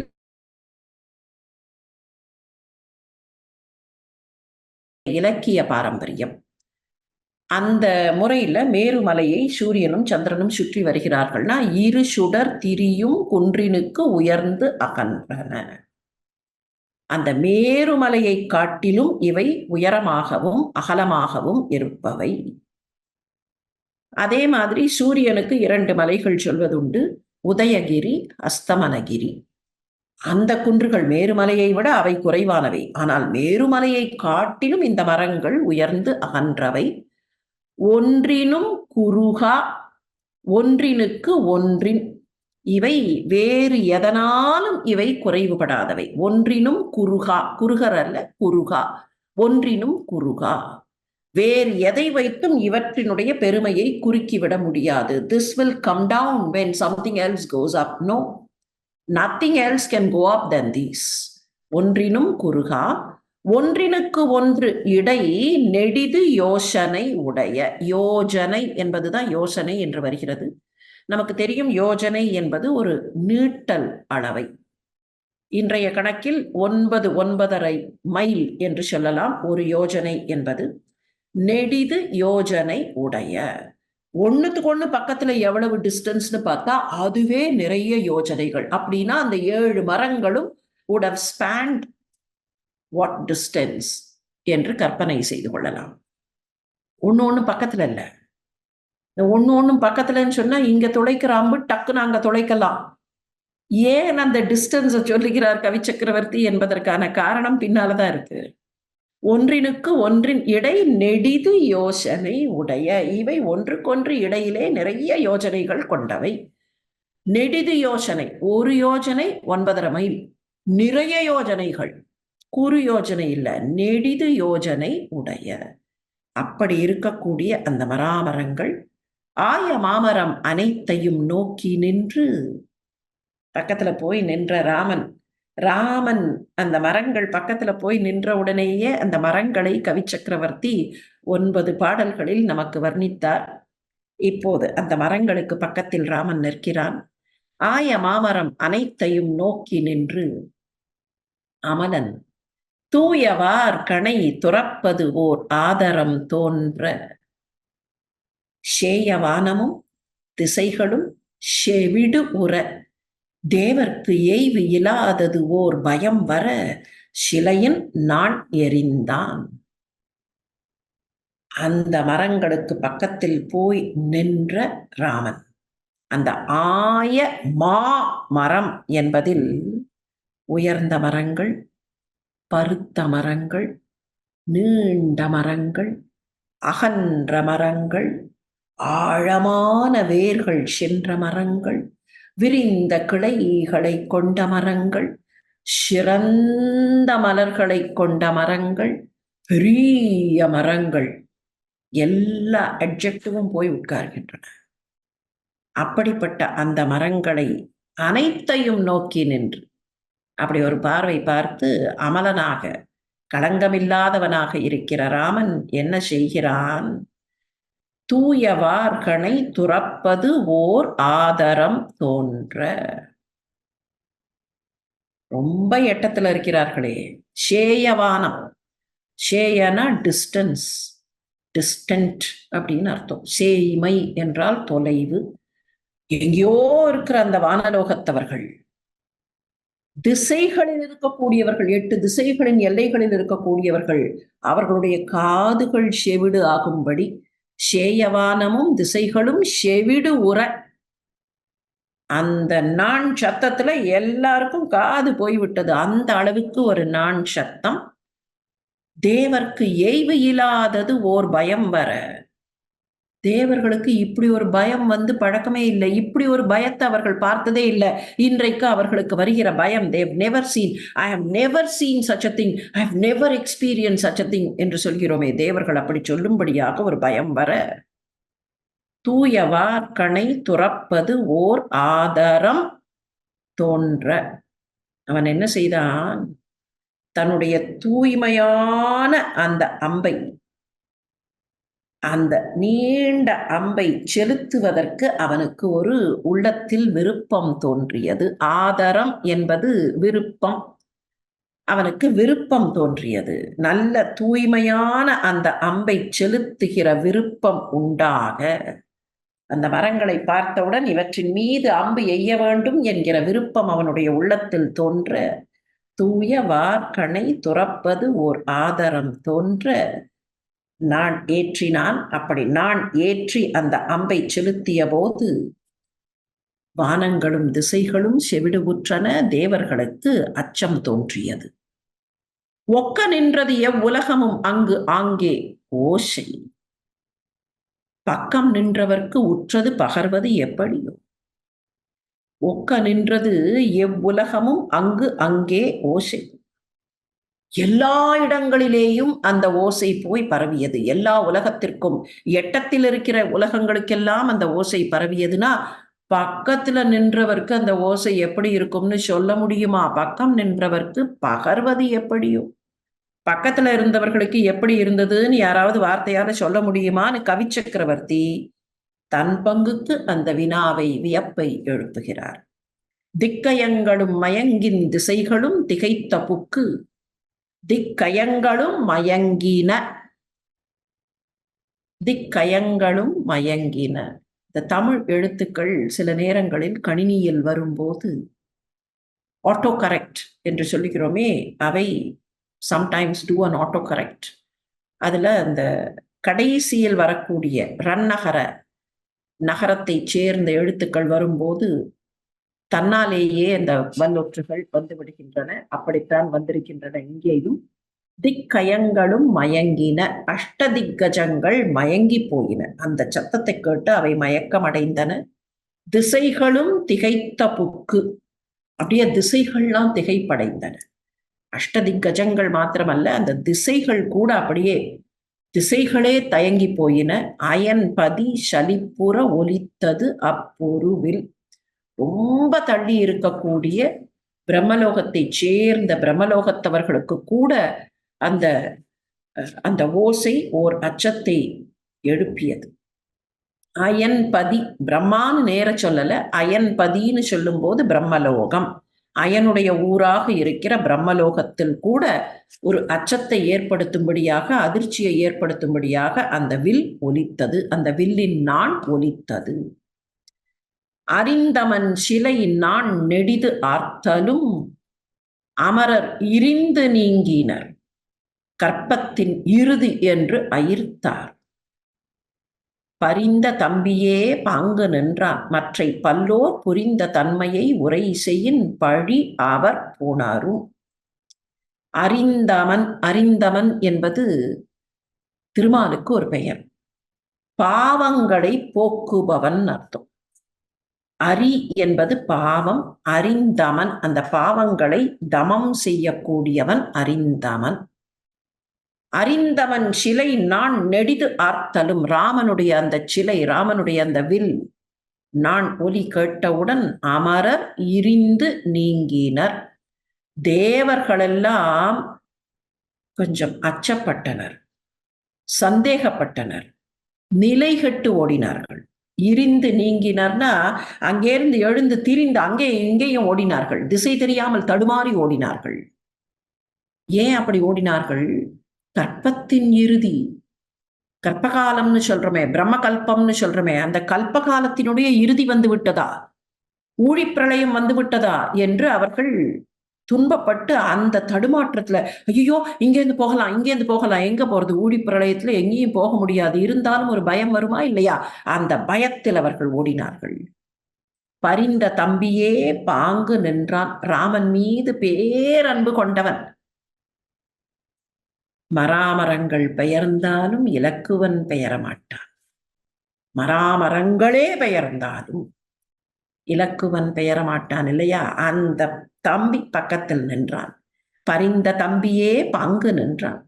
மற்றை பல்லோர் புரிந்த தன்மையை உரை செய்யின் அவர் பழி போனாரும். மற்ற அங்கே இருந்தவர்கள் என்ன செய்தார்கள் என்பதை சொன்னால் அது அவர்களுடைய புகழுக்கு இழுக்காக பழியாக மாறிவிடும். கவிச்சக்கரவர்த்தியின் நகைச்சுவையை, குறும்பை பாருங்கள். தம்பி பக்கத்துல நின்னான், அசையாம நின்னான். இத்தனைக்கும் இந்த வேர்கள்லாம் ஆதிசேஷன் தலையை துளைத்து கொண்டு போயிருந்தாலும் அந்த ஆதிசேஷ அவதாரமான தம்பி அப்படியே பக்கத்தில் நின்றான். அந்த நான் சத்தம் கேட்டு தேவர்களே திசை தெரியாமல் ஓடினார்கள். அப்ப இங்க இருந்தவர்களை நான் சொல்லல. ஏன் சொல்லல? சொன்னா அவர்கள் என்ன பண்ணினார்கள்னு சொன்னா அவர்களுக்கு நீங்கள் இதுவரைக்கும் புகழ் கொடுத்திருக்கிறீர்களே, அந்த புகழெல்லாம் காணாமல் போயிடும். அந்த புகழ் காணாமல் போகிற அளவிற்கு அவர்கள் தடுமாறி போனார்கள்னு அர்த்தம் இல்லையா? மற்றை பல்லோர் புரிந்த தன்மையை உரை செய்யின் பழி அவர் புணரும். அவர்கள் பக்கத்துல பழி போய் ஒட்டிக்கொள்ளும். அதனால சொல்லாமல் விடுகிறேன்னு நேரடியா சொல்லாமல், அதை சொன்னால் அவர்களுக்கு பழி வந்துவிடும். ஏதோ தெரியாதது மாதிரி தலையை திருப்பிக் கொள்கிறார் கவி சக்கரவர்த்தி. நான் சொல்ல நினைத்தால் அவர்களுடைய பெருமைக்கு பழி வந்துவிடும். அதனால் அவ்வளவுதான். சொல்லவில்லை என்பதை சொல்லவில்லை. அறிந்தவன் சிலை நான் நெடிது ஆர்த்தலும் அமரர் இரிந்து நீங்கினர் கற்பத்தின் இறுதி என்று அயிர்த்தார் பரிந்த தம்பியே பாங்கு நின்றான் மற்றை பல்லோர் புரிந்த தன்மையை உரை செய்யின் பழி அவர் புணரும். எய்தல் காண்டும் கொல் இன்னம் என்று அரிதின் வந்து எய்தி பொய்யில் மாருதி முதலினோர் புகழ்வுறும் பொழுதில். அம்பு தொடுக்கிறத பக்கத்துல போய் பார்க்கலாமா? இப்பதான் நான் ஏற்றி அந்த சத்தம் கேட்டிருக்கு. இன்னும் அம்பு பாயல. நான் ஏற்றி அப்படி சத்தம் கேட்டிருக்கு. நான் ஒலி மாத்திரம் 3 பாடல்கள். அந்த நான் ஏற்றி அந்த சத்தம் கேட்டு அந்த சத்தம் அப்படியே எல்லாம் திசை தெரிச்சு ஓடி, இப்போ மாருதியும் பக்கத்துல இருந்தவர்களும் கொஞ்சம் தங்களுடைய பயத்தை போக்கிக் கொண்டு, முந்தின பாட்டுல இருந்து என்ன புரிஞ்சுது? அவர்களும் திசை தடுமாறி ஓடிவிட்டார்கள். அப்படி ஓடினவர்கள் இப்ப மெல்ல பக்கத்துல நம்ம போய் பார்க்கலாமா? அந்த அம்பு போடுறத பார்க்கலாமா?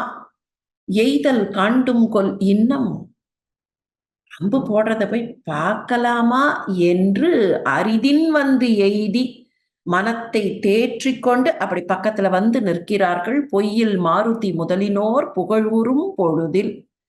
அவர்கள் அப்படி பக்கத்துல வந்து தேற்றிக்கொண்டு, அதுதான் அரிதின் வந்துனா சிரமப்பட்டு வந்து. ஏன் சிரமப்பட்டு? கொஞ்சம் தேற்றிக்கொண்டு பயத்துல பக்கத்துல போனா என்ன ஆகுமோ தெரியலையே, என்னன்னு தெரியலையே சத்தம் அப்படின்னு தடுமாறி மெல்ல வந்து அப்படி பக்கத்துல நிற்கும் போது, அவர்கள் வந்து நின்ற போது மொய் கொள்வார் சிலை நாணினை முறைவுற வாங்கி, அப்படி நான் ஏற்றி அப்படி சுண்டு சத்தம் இவ்வளவு நேரம் கேட்டுது. அந்த நாணை சுண்டின சத்தம் தான். இப்ப அந்த நாண்ல அம்பை வைத்து மொய் கொள்வார் சிலை நாணினை முறவுற வாங்கி, அப்படி அதை வைத்து அப்படி வாங்குதல்னா இழுத்தல்னு அர்த்தம். அந்த அம்பை வைத்து அப்படி ஒரு இழுத்து வெய்ய வாளியை ஆளுடை வில்லியும் விட்டான். அந்த வெப்பம் தரக்கூடிய அம்பு, கொடிய அம்பு, அந்த அம்பினை ஆளுடை வில்லியும் விட்டான். ராமன் அந்த அம்பை செலுத்தினான். அது என்ன ஆளுடை வில்லி? ஆளுடை வில்லி, ஆளுடை அப்படின்னு சொன்னா என்னை அடிமையாக உடைய, அவ்வளவுதான். என்னைன்னு கூட இல்ல, அடிமையாக உடை. ஆள்னா அடிமை. ஆளுடை வில்லி. பல இடங்கள்ல கவி சக்கரவர்த்தி ராமனை இப்படி பாராட்டுவதை பார்க்கலாம். ஆளுடை நாயகன், ஆளுடை அப்பர் இல்லையா, ஆளுடை அரசு, ஆளுடை பிள்ளை அப்படின்னெல்லாம் பெயர்கள் உண்டு. திருஞான சம்பந்தருக்கு ஆளுடை பிள்ளை, திருநாவுக்கரசருக்கு ஆளுடை அரசு, நம்பி ஆரூரர் என்று அழைக்கப்பட்ட சுந்தரமூர்த்தி சுவாமிகளுக்கு ஆளுடை நம்பி. இப்படித்தான் பெயர்கள். ஆளுடை பிள்ளை, ஆளுடை அரசர், ஆளுடை நம்பி. தேவார மூவருக்கும் இப்படி பெயர்கள் உண்டு. இறைவனுக்கு அடிமையாக இருக்க ஆசைப்பட்டவர்கள். இவர்களுக்கு நாங்கள் அடிமைகளாக இருக்கிறோம். 2 பொருள் வரும் இங்கே.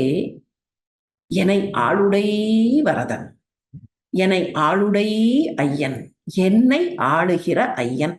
அந்த என்னைங்கிறத டைரக்டா சொல்லாம ஆளுடை வில்லி, அடிமைகளாக கொண்ட வில்லி. யாரை? எல்லோரையும் தன்னுடைய உடைமைகளாகவும் அடிமைகளாகவும் கொண்ட எம்பெருமான். இந்த ஒரு செயல்ல அனுமன் என்றைக்கும் ராமனுக்கு தாசன். சுக்ரீவன் தாசனாக மாறுகிறான். பார்த்து கொண்டிருக்கிற நாம் எல்லோரும் கூட அந்த இறைவனுக்கு தாசர்கள் தானே. கதை போக்கின்படி பார்த்தாலும் இந்த ஒரு செயலில், இந்த நாணேற்றிய செயலில், இந்த மராமரத்தை துளைத்த செயலில் அங்கே இருந்த வானரங்கள் எல்லாம் ராமனுக்கு தாசர்களாக மாறின. ராமனை எம்பெருமான் என்று பார்க்கும்போது நாம் எல்லாம் ஏற்கனவே தாசர்கள். ஆக ஆளுடை வில்லி, என்ன அற்புதமான பிரயோகம்! ஆளுடை வில்லி என்று ஒரு அழகான சொற்றொடர். அந்த அம்பு அப்படி பாய்ந்து போச்சான். இன்னும் சொல்ல போனா இந்த அம்பு எந்த அம்பாக இருக்கும் என்று கணக்கு போட்டு பார்த்தால் அகஸ்தியர் பாசுபத அஸ்திரத்தை தருகிறார். ராமனுக்கு பாசுபத அஸ்திரத்தை கொடுத்தார். அந்த பாசுபத அஸ்திரம் தான் அப்படி நெருப்பை கக்கிக்கொண்டே போகும். வெய்ய வாளி என்பது அந்த பாசுபத அஸ்திரம் என்று சொல்லுவார்கள். உரையாசிரியர்கள் வால்மீகத்தில் இதற்கு உரை எழுதும் போது இந்த அங்கேயும் அப்படித்தான் நெருப்பை கக்கிக் கொண்டே போகிற அம்பு என்பார்கள். அதை இங்கே கொண்டு வந்து பொருத்தி அது பாசுபத அஸ்திரம் என்று சொல்லுவார்கள். ஆனால் பாசுபத அஸ்திரமோ எந்த அஸ்திரமோ அதை செலுத்தியவன் ஆளுடை வில்லி. அந்த ஆளுடை நாயகனான ராமன் அந்த அம்பை செலுத்த ஏழு மாமரம் உருவி கீழ் உலகம் என்று இசைக்கும் ஏழும் ஊடு புக்கு உருவி பின் உடன் அடுத்து இயன்ற ஏழ் இலாமையால் மீண்டது. அந்த அம்பு அப்படி போச்சு. என்ன பண்ணித்து? ஏழு மாமரம் உருவி, அங்கே நின்ற ஏழு மரங்களை உருவி அதற்கு பின் ஏழும் எங்க கீழ் உலகம் என்று இசைக்கும் ஏழும். இந்த பூமிக்கு கீழே 7 உலகங்கள் இருப்பதாக சொல்கிறோமா இல்லையா? கீழ் உலகம் அதளம், விதளம், சுதளம், தராதளம், ரசாதளம், மகாதளம், பாதளம். பாதாளம் பார்கள். அதள விதள பாதாளம் பார்கள். அதள பாதாள அப்படிம்பார்கள். அதளத்துல ஆரம்பிக்கும். அதளம், அதளம்னு சொன்னாலும் சரி, அதளம் அப்படின்னு சொன்னாலும் சரி, இது தளம். பூமிங்கிறது தளம். இந்த தளத்திற்கு கீழே இருப்பது அதளம். அதுக்கப்புறம் விதளம், அதுக்கப்புறம் சுதளம், தராதளம், ரசாதளம், மகாதளம், பாதாளம். பாதாளம் ஏழினும் அப்படிம்பர் மாணிக்கவாசகர். அந்த 7 உலகங்களையும் துளைத்து கொண்டு கீழ் உலகம் என்று இசைக்கும் ஏழும் ஊடு புக்கு உருவி இப்ப வந்தது அந்த அம்பு. இனிமே 7 ஒண்ணும் இல்லையே, அங்க வேற எதுவும் பக்கத்துல 7 இல்லை. 7 மராமரங்கள், கீழ் உலகங்கள் 7, இனிமே 7 ஒண்ணும் இல்லை. என்ன பண்றது? பின் அடுத்து இயன்ற 7 இல்லாமையால். There is nothing else. 7. I'm searching for something which is in a bunch of 7. There's nothing which is in a bunch of 7 என்று அப்படி ஒரு சுற்றி விட்டு மீண்டது ராகவன் பகழி. பகழினா அம்பு. ராகவனுடைய அந்த அம்பு மீண்டும் திரும்பி வந்தது. 7 கண்ட பின் உருவுமால் ஒழிவது அன்று இன்னும். வேற ஏதாவது பக்கத்துல 7ன்னு இருந்ததுன்னா அதையும் துளைத்து விடும். 7 கண்ட பின் வேற ஏதாவது 7ன்னு இருந்தா துளைத்து விடும். நல்ல வேளை வேற எதுவும் 7 இல்லை. கவி சக்கரவர்த்தி என்ன சொல்லிட்டார்னா, ஒழிவது அன்று இன்னும். It is still there. It is still there. ஏதாவது 7 பக்கத்துல போச்சுன்னா 7ஆ இருக்கிற ஒரு பஞ்சை பார்த்துன்னா துளைத்து விடும், விடாது. 7 கண்ட பின் உருவுமால் ஒழிவது அன்று இன்னும்.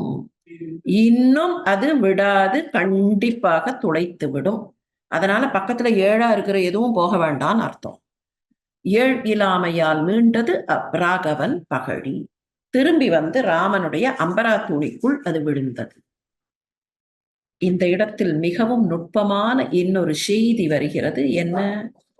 ராமனுடைய அம்பு செய்ய வேண்டிய செயலை செய்துவிட்டு இட் வில் கம் பேக். அந்த அம்பராத்தூணிக்கு, அந்த அம்பு புட்டிலுக்கு வந்துவிடும். இதற்கு ஒரு விளக்கம் கூட சொல்லுவார்கள். அஸ்திரம் சஸ்திரம் அப்படின்னு 2 வார்த்தை உண்டு. இதற்கு விதவிதமான விளக்கங்கள். ஒரு சில இடங்களில் அஸ்திரம் என்பது என்ன, சஸ்திரம் என்பது என்ன, அஸ்திர பயிற்சி சஸ்திர பயிற்சி அப்படிம்பார்கள். அஸ்திர சஸ்திரம் என்று சொல்வோம். ஒன்று எட்டத்தில் விடுவது, இன்னொன்று பக்கத்தில். இப்போ there can be 2 kinds of weapons. ஒருத்தர் வாள் எடுத்து சண்டை போடுகிறார்னு வச்சுப்போம். அந்த வாளோட டிஸ்டன்ஸ்ல தான் பகைவர் இருக்கணும் இல்லையா? அந்த டிஸ்டன்ஸை தாண்டி அவர் இருந்தா இந்த வாள் அதுக்கு மேல தொடாது. வாளையே தூக்கி போட்டலாமே அப்படின்னா வாள் போயிடுத்துன்னா வாள் கையிலிருந்து போனால் அது வீரம் இல்லை. ஆனால் அம்பு அப்படி இல்லை, அம்பு கையிலிருந்து போயிடணும், வேல் இங்கிருந்து போயிடணும். அப்ப சில விதமான வெப்பன்ஸ் இங்கிருந்து போட்டு அட் தட் டிஸ்டன்ஸ் தான் அது பகைவரை தாக்கும். சில வெப்பன்ஸ் கையில் இருக்க வேண்டியவை, அதுதான் அஸ்திரம் சஸ்திரம் என்று சொல்வதுண்டு. இன்னொரு விதமான விளக்கம் இந்த அஸ்திரம் சஸ்திரம் என்பதற்கு என்னன்னா, அஸ்திரம் என்பது தொடுத்தால் தொடுத்த பின் அங்க போய் நின்றுவிடும், அந்த இடத்துல போய் நின்றுவிடும். சஸ்திரம் என்பது அந்த இலக்கை துளைத்து விட்டு திரும்பி வரும். இப்படி ஒரு டெஃபினிஷன் உண்டு. அஸ்திர சஸ்திர பயிற்சி அப்படின்னா அஸ்திரம் இங்கே இருந்து அம்பு போட்டா அந்த அம்பு அங்க போய் நின்றுடும். ஆனா சஸ்திரமாக அந்த அம்பு மாறும்போது அது அங்கே இருந்து திரும்பி வந்து அம்பரா தூணியில் விழுந்து விடும். இன்னொன்று கூட உண்டு, ராமனுடைய அம்பு துளைத்து விட்டு தன்னை தூய்மைப்படுத்தி கொண்டு கடல்ல போய் அந்த இரத்த கரையெல்லாம் கரைச்சிட்டு இந்த பாவப்பட்ட ரத்தம் எனக்கு எதற்கு என்று அந்த இரத்த கரையை கரைத்து தன்னை தூய்மைப்படுத்தி கொண்டு திரும்பி வரும். அங்க தாடகையினுடைய மகன்கள் சுபாகுவும் மாரீச்சனும், சுபாகுவை துளைத்து விட்டு மாரீச்சனை துரத்தி கொண்டே போச்சு அந்த அம்பு. மாரீச்சன் போய் போத்துன்னு கடல்ல குதிச்சுட்டான். அவன் கடல்ல குதிச்ச உடனே இந்த அம்பு போய் கடலில் தன்னை தூய்மைப்படுத்தி கொண்டது. அப்படி தூய்மைப்படுத்தின உடனே ஐயோ கடலுக்குள்ள போயிட்டா, போ தப்பிச்சு போறவன் போட்டோம் போ என்று நினைத்த அந்த அம்பு திரும்பி வந்தது. அதனாலதான் அவன் கடலுக்குள்ள குதிச்சான். இது கடல்ல போய் அந்த இரத்தக்கரையெல்லாம் தன்னை கழுவி கொண்ட உடனேயே அதுக்கு மன்னிக்கிற மனப்பான்மை வந்துவிடும், அந்த அம்பு திரும்பி போய்விடும். இப்ப ராமனுடைய அம்பு இலக்கை துளைத்து விட்டு திரும்பி வந்துவிடும். இந்த செய்தி அப்படியே ரொம்ப முக்கியமான செய்தி, மனசுல வச்சுப்போம். அவ்ராகவன் பகழி மீண்டது. முருகப்பெருமானுடைய அம்புகள் கூட இப்படி மீண்டு திரும்பி வரும், புட்டிலுக்கு வந்துவிடும் என்று கந்தபுராணம் காட்டும். ராகவனுடைய அந்த அம்பு திரும்பி வந்தது. 7 வேலையும் உலகம் மேல் உயர்ந்தன 7ம் 7 குன்றமும் இருடிகள் 7வரும் புறவி 7ம் மங்கையர் 7வரும் நடுங்கினர் என்ப 7 பெற்றதோ இக்கணைக்கு இலக்கம் என்று எண்ணி. இந்த முந்தின பாட்டுல ஒரு சின்ன சந்தேகம் வந்திருக்கணும் இல்லையா? 7 மராமரங்களை துளைத்து அந்த பாட்டையே பார்ப்போம். 7 மாமரம் உருவி கீழ் உலகம் என்று இசைக்கும் 7ம் புக்கு. அப்புறம் பக்கத்துல வேற எந்த 7ம் இல்ல, திரும்பி வந்தது. அப்ப நம்ம கேட்கலாம், மேல 7 உலகம் 7 14 லோகம்னு சொல்றமே, அப்ப கீழே இருக்கிற 7 போச்சு, மேல இருக்கிற 7 அப்ப இன்னும் 7 இருக்கக்கூடியவை. இப்ப அந்த 7 இருக்கா இல்லையா, அதெல்லாம் நடுங்க ஆரம்பிச்சது. 7 வேலையும் 7 கடல்கள் இல்லையா? 7 கடல் தாண்டி 7 மலை தாண்டின்னு சொல்றமா இல்லையா? அந்த 7 கடல்கள், உவர் நீர், நல்ல நீர், பால், தயிர், நெய், தேன், கருப்பஞ்சாறு, இவைதான் 7 கடல்கள்னு கணக்கு. உவர் நீர்னா உப்பு, உப்பு தண்ணீர். அந்த உப்பு தண்ணீரை தாண்டி நல்ல நீர் கடல், பால் கடல், தயிர் கடல், நெய் கடல், தேன் மதுக்கடல், அந்த மதுவை தாண்டி கருப்பஞ்சாறு என்பதாக கணக்கு. 7 வேலை. உலகம் மேல் உயர்ந்தன 7, மேல இருக்கக்கூடிய 7 லோகங்கள். மேல இருக்கக்கூடியன்னா அங்கதான் பூமி ஆரம்பிக்கிறது. பூமிக்கு கீழே 7, பூமியோட சேர்த்து 7. பூலோகம், புவர்லோகம், சுவர்லோகம், ஜனலோகம், மகாலோகம், தவலோகம், சத்தியலோகம், அங்கதான் பிரம்மா. பூலோகம், புவர்லோகம், சுவர்லோகம், ஜனலோகம். இந்த சுவர்லோகத்தை தான் சில சமயத்துல ஸ்வர்கலோகம் பார்கள். ஜனலோகம், மகாலோகம், தபோலோகம், சத்தியலோகம். இந்த 7 குன்றங்கள் ஏற்கனவே பார்த்தோமா இல்லையா? கைலை, இமயம், மந்திரம், நிஷதம், விந்தம், ஹேமகூட்டம், கந்தமாதனம். இந்த 7 மலைகள். சப்த ரிஷிகள், இருடிகள் 7வர், சப்த ரிஷிகள். புரவிகள் 7. சப்த ரிஷிகள் மன்வந்திரத்திற்கு மன்வந்திரம் மாறுவார்கள் என்று கணக்கு. அத்ரி, ஆங்கீரசர் என்று ஒரு கணக்கு தொடங்கும். கிருத்து, புலகர், புலஸ்தியர், அத்ரி, ஆங்கீரசர், வசிஷ்டர், மாரீச்சர் என்று 7 பேர் என்று ஒரு கணக்கு உண்டு. இன்னொரு கணக்கு அத்ரி, பிரிகு, குத்சர், வசிஷ்டர், கௌதமர், காஷ்யபர், ஆங்கீரசர். புரவி 7, குதிரைகள் 7. காயத்ரி, உஷ்ணிக், அனுஷ்டுப், பிரஹ்தி, பாங்தி, திருஷ்டுப், ஜகதி இவைதான் சூரியனுடைய 7 குதிரைகள். இந்த 7 குதிரைகளைத்தான் வேத சந்தஸ்கள் என்றும் வழங்குவது உண்டு. இதே பெயர்கள் தான். அனுஷ்டுப், காயத்ரி அதே பெயர்கள் தான். உஷ்ணிக், திருஷ்டுப், ஜகதி இதெல்லாம் அதே பெயர்கள் தான். சூரியனுடைய 7 குதிரைகளுக்கும் வேத சந்தஸ்கள் 7க்கும் ஒரே பெயர்கள். மங்கையர் 7வர், 7 மங்கைகள், சப்த கன்னிகைகள், சப்த மாதாக்கள் என்று சொல்லுகிறோமே. பிராமி, மகேஸ்வரி, நாராயணி, கௌமாரி, வாராகி, இந்திராணி, சாமுண்டி இப்படி 7 இருக்கக்கூடிய எல்லாம் தவிக்க ஆரம்பித்தன. இன்னும் கூட 7 உண்டு. 7 தீவுகள், சப்த துவீபங்கள் என்பார்கள். நாவலன் தீவு, எரலியன் தீவு, குஷை தீவு, கிரௌஞ்சம், புஷ்கரம், தெங்கு, கமுகு. பழைய தமிழ் இலக்கியத்தில் பார்த்தால் 7 தெங்க நாடு, 7 பனை நாடு என்றெல்லாம் இருக்கும். ஆங்காங்கே தீவுகளாக இருந்தவை. 7 நதிகள், சப்த புண்ணிய நதிகள் 7 மேகங்கள். இப்படி 7 இருக்கக்கூடிய எல்லாம் 7 பெற்றதோ இக்கணைக்கு இலக்கம். அடடா, இந்த 7 எது 7 இருக்கோ அதையெல்லாம் இந்த அம்பு துளைத்து விடுவே அப்படின்னு எல்லாம் நடுங்க ஆரம்பித்தன. 7 பெற்றதோ இக்கணைக்கு இலக்கம் என்று எல்லாம் நடுங்க. அன்னது ஆயினும் அறத்தினுக்கு ஆர்வுயிர் துணைவன் என்னும் தன்மையை நோக்கினர் யாவரும் எவையும். ராமனுடைய அந்த அம்பு இப்படி எல்லாருக்கும் பயத்தை கொடுத்தது. அன்னது ஆயினும் இப்படி அச்சத்தை கொடுத்தாலும் ராமபிரானுடைய தன்மை எப்படிப்பட்டது? அறத்தினுக்கு ஆர்வுயிர் துணைவன், அவன் தர்மத்திற்கு துணை நிற்பான் என்கிற அந்த தன்மையை எல்லாரும் பார்த்தார்கள். சரி, நாம தர்மத்திற்கு பக்கம் நின்றால் நம்மை இந்த அம்பு துளைக்காது என்பதை புரிந்து கொண்டார்கள். தர்மத்திற்கு பக்கத்திலே நின்றால் நம்மை இந்த அம்பு துளைக்காது என்பதை புரிந்து கொண்டவர்கள் பொன்னின் வார்கடல் புது நறுந்தாமரை பூண்டு சென்னிமேல் கொடு அரக்கன்சே, சென்னிமேல் கொண்ட அருக்கன்சே இவை செப்பும்.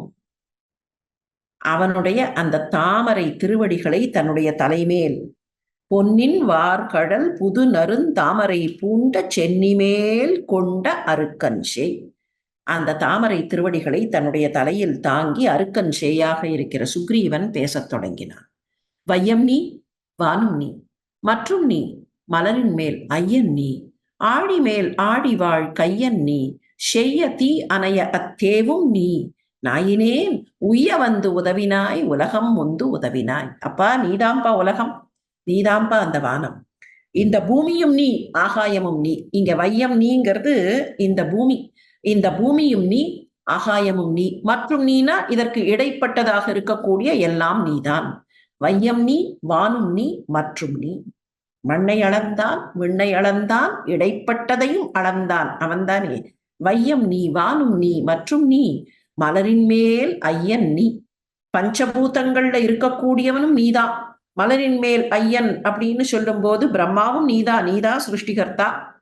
ஆழிமேல் ஆழிவாழ் கையன் நீ, ஆழிமேல் ஆழிவாழ் கையன். ஆழினா கடல், கடலுக்கு மேல ஆழிச்சக்கரத்தை தாங்கியவனாக இருக்கிற திருமால் நீதான். செய்ய தீ அணைய அத்தேவும் நீ, நெருப்பு மாதிரி இருக்கிற சிவனும் நீதான். மும்மூர்த்திகள்ல பிரம்மாவும் நீதான், படைப்பு கடவுளான பிரம்மா நீதான், காப்பு கடவுளான திருமால் நீதான், அழிப்பு கடவுளான சிவனும் ருத்ரனும் நீதான். நாயினேன் உய்ய வந்து உதவினாய். அப்பா, நீதான்பா எல்லாம். Your God, your everything. அப்படின்னு சொல்றது இல்லையா? அந்த மாதிரி நீதான் எல்லாம், நீதான் மும்மூர்த்திகள், நாயினேன் உய்ய வந்து உதவினாய், உலகம் முந்து உதவினாய்.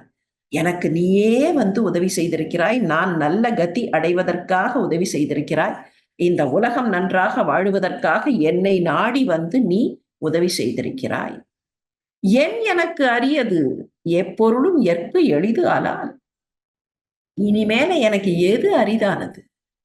நீ வந்து இவ்வளவு உதவி செய்ததற்கு அப்புறம் எனக்கு இனிமே எது அரிதானது? எல்லாம் எளிதுதான். உன்னை இத்தலை விடுத்து உதவினார் விதியினார். விதி இருக்கே, அந்த விதி கடவுள் உன்னை இங்க அனுப்பி எனக்கு உதவி செய்திருக்கிறாய். என்னுடைய விதி, நான் முற்பிறப்பில் செய்த வினை விதிதான் எனக்கு உன்னை அனுப்பி இருக்கிறது. அந்த விதி கடவுள் உன்னை எனக்கு அனுப்பி இருக்கிறார். அன்னை ஒப்புடைய உன் அடியர்க்கு அடியன் யான்.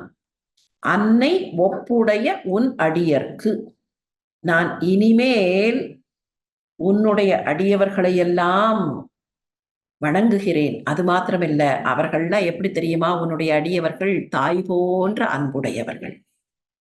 பகவானுடைய பாகவதர்கள் எல்லோருக்கும் தாயை போல வாத்சல்யம் காட்டக்கூடியவர்கள். அன்னை ஒப்புடைய உன் அடியருக்கு. சுக்ரீவன் பேசுற வார்த்தை மாத்திரமா இது? கதை போக்குக்கு சுக்ரீவன் பேசுகிறான். ஆனால் கவி சக்கரவர்த்தி என்ன பேச நினைக்கிறார் என்பது புரிகிறதா? அன்னை ஒப்புடைய உன் அடியருக்கு அடியன் யான். தாயை போல இருக்கிற அடியார்கள், அவர்களுக்கெல்லாம் நான் அடியேன்.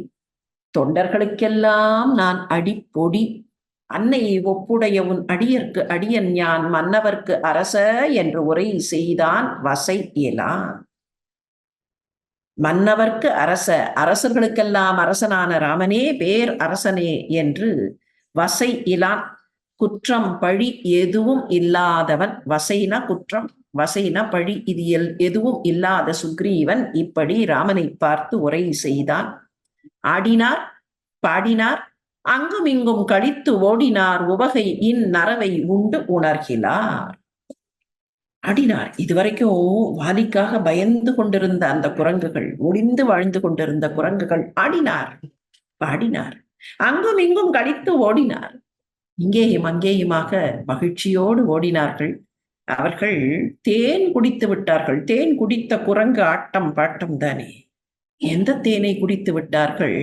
உவகை, மகிழ்ச்சி என்கிற தேனை அவர்கள் குடித்து விட்டார்கள். உவகை இன் நரவை உண்டு உணர்கிறார். அவர்களுக்கு அவ்வளவு மகிழ்ச்சி. மகிழ்ச்சி என்கிற மதுவை உண்டவர்கள். அப்படியே அந்த மது குடித்தா உணர்வு போகுமே, இப்ப அவர்களுக்கு உணர்வு போச்சு. என்ன உணர்வு? அந்த பயம் என்கிற உணர்வெல்லாம் போக, நேடி நாம் வாலி காலனை, வாலிக்கு யமன் வந்து விட்டான். நேடினாம் வாலி காலனை, நாங்கள் கண்டுபிடித்து விட்டோம். வாலிக்கு யமனை நாங்க தேடி கண்டுபிடிச்சிட்டோம். நேடுதல் அப்படின்னா தேடி கண்டுபிடித்தல் அர்த்தம். நேடினாம், we have found out, we searched and found. யார? வாலியனுடைய யமனை we searched for and found. நேடினாம் Vaali காலனை எனா நெடிது நாள் வாடினார் தோளெல்லாம் வளர மற்ற அவரெல்லாம்.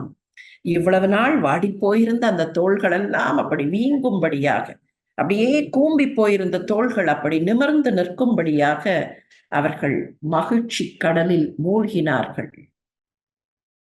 இந்த பாடலோடு மராமரப்படலம் நிறைவடைகிறது.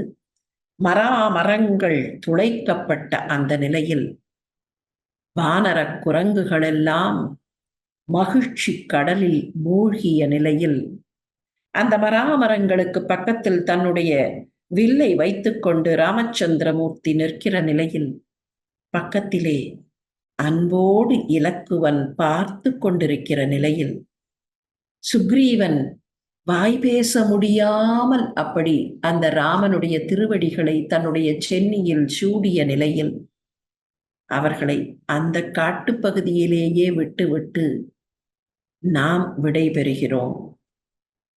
ஏன் விடைபெறுகிறோம்? அங்கே விட்டு வருவதற்கு அல்ல, எப்படி அந்த வானரங்கள் உவகை நரவை உண்டு உணர்வு நீங்கி போயினவோ, அப்படித்தான் ராமன் என்கிற அமுதத்தை பருகி நாமும் கூட அந்த தேன் உள்ளே போனதனால் சற்றே திக்குமுக்காடி போயிருக்கிறோம் இல்லையா?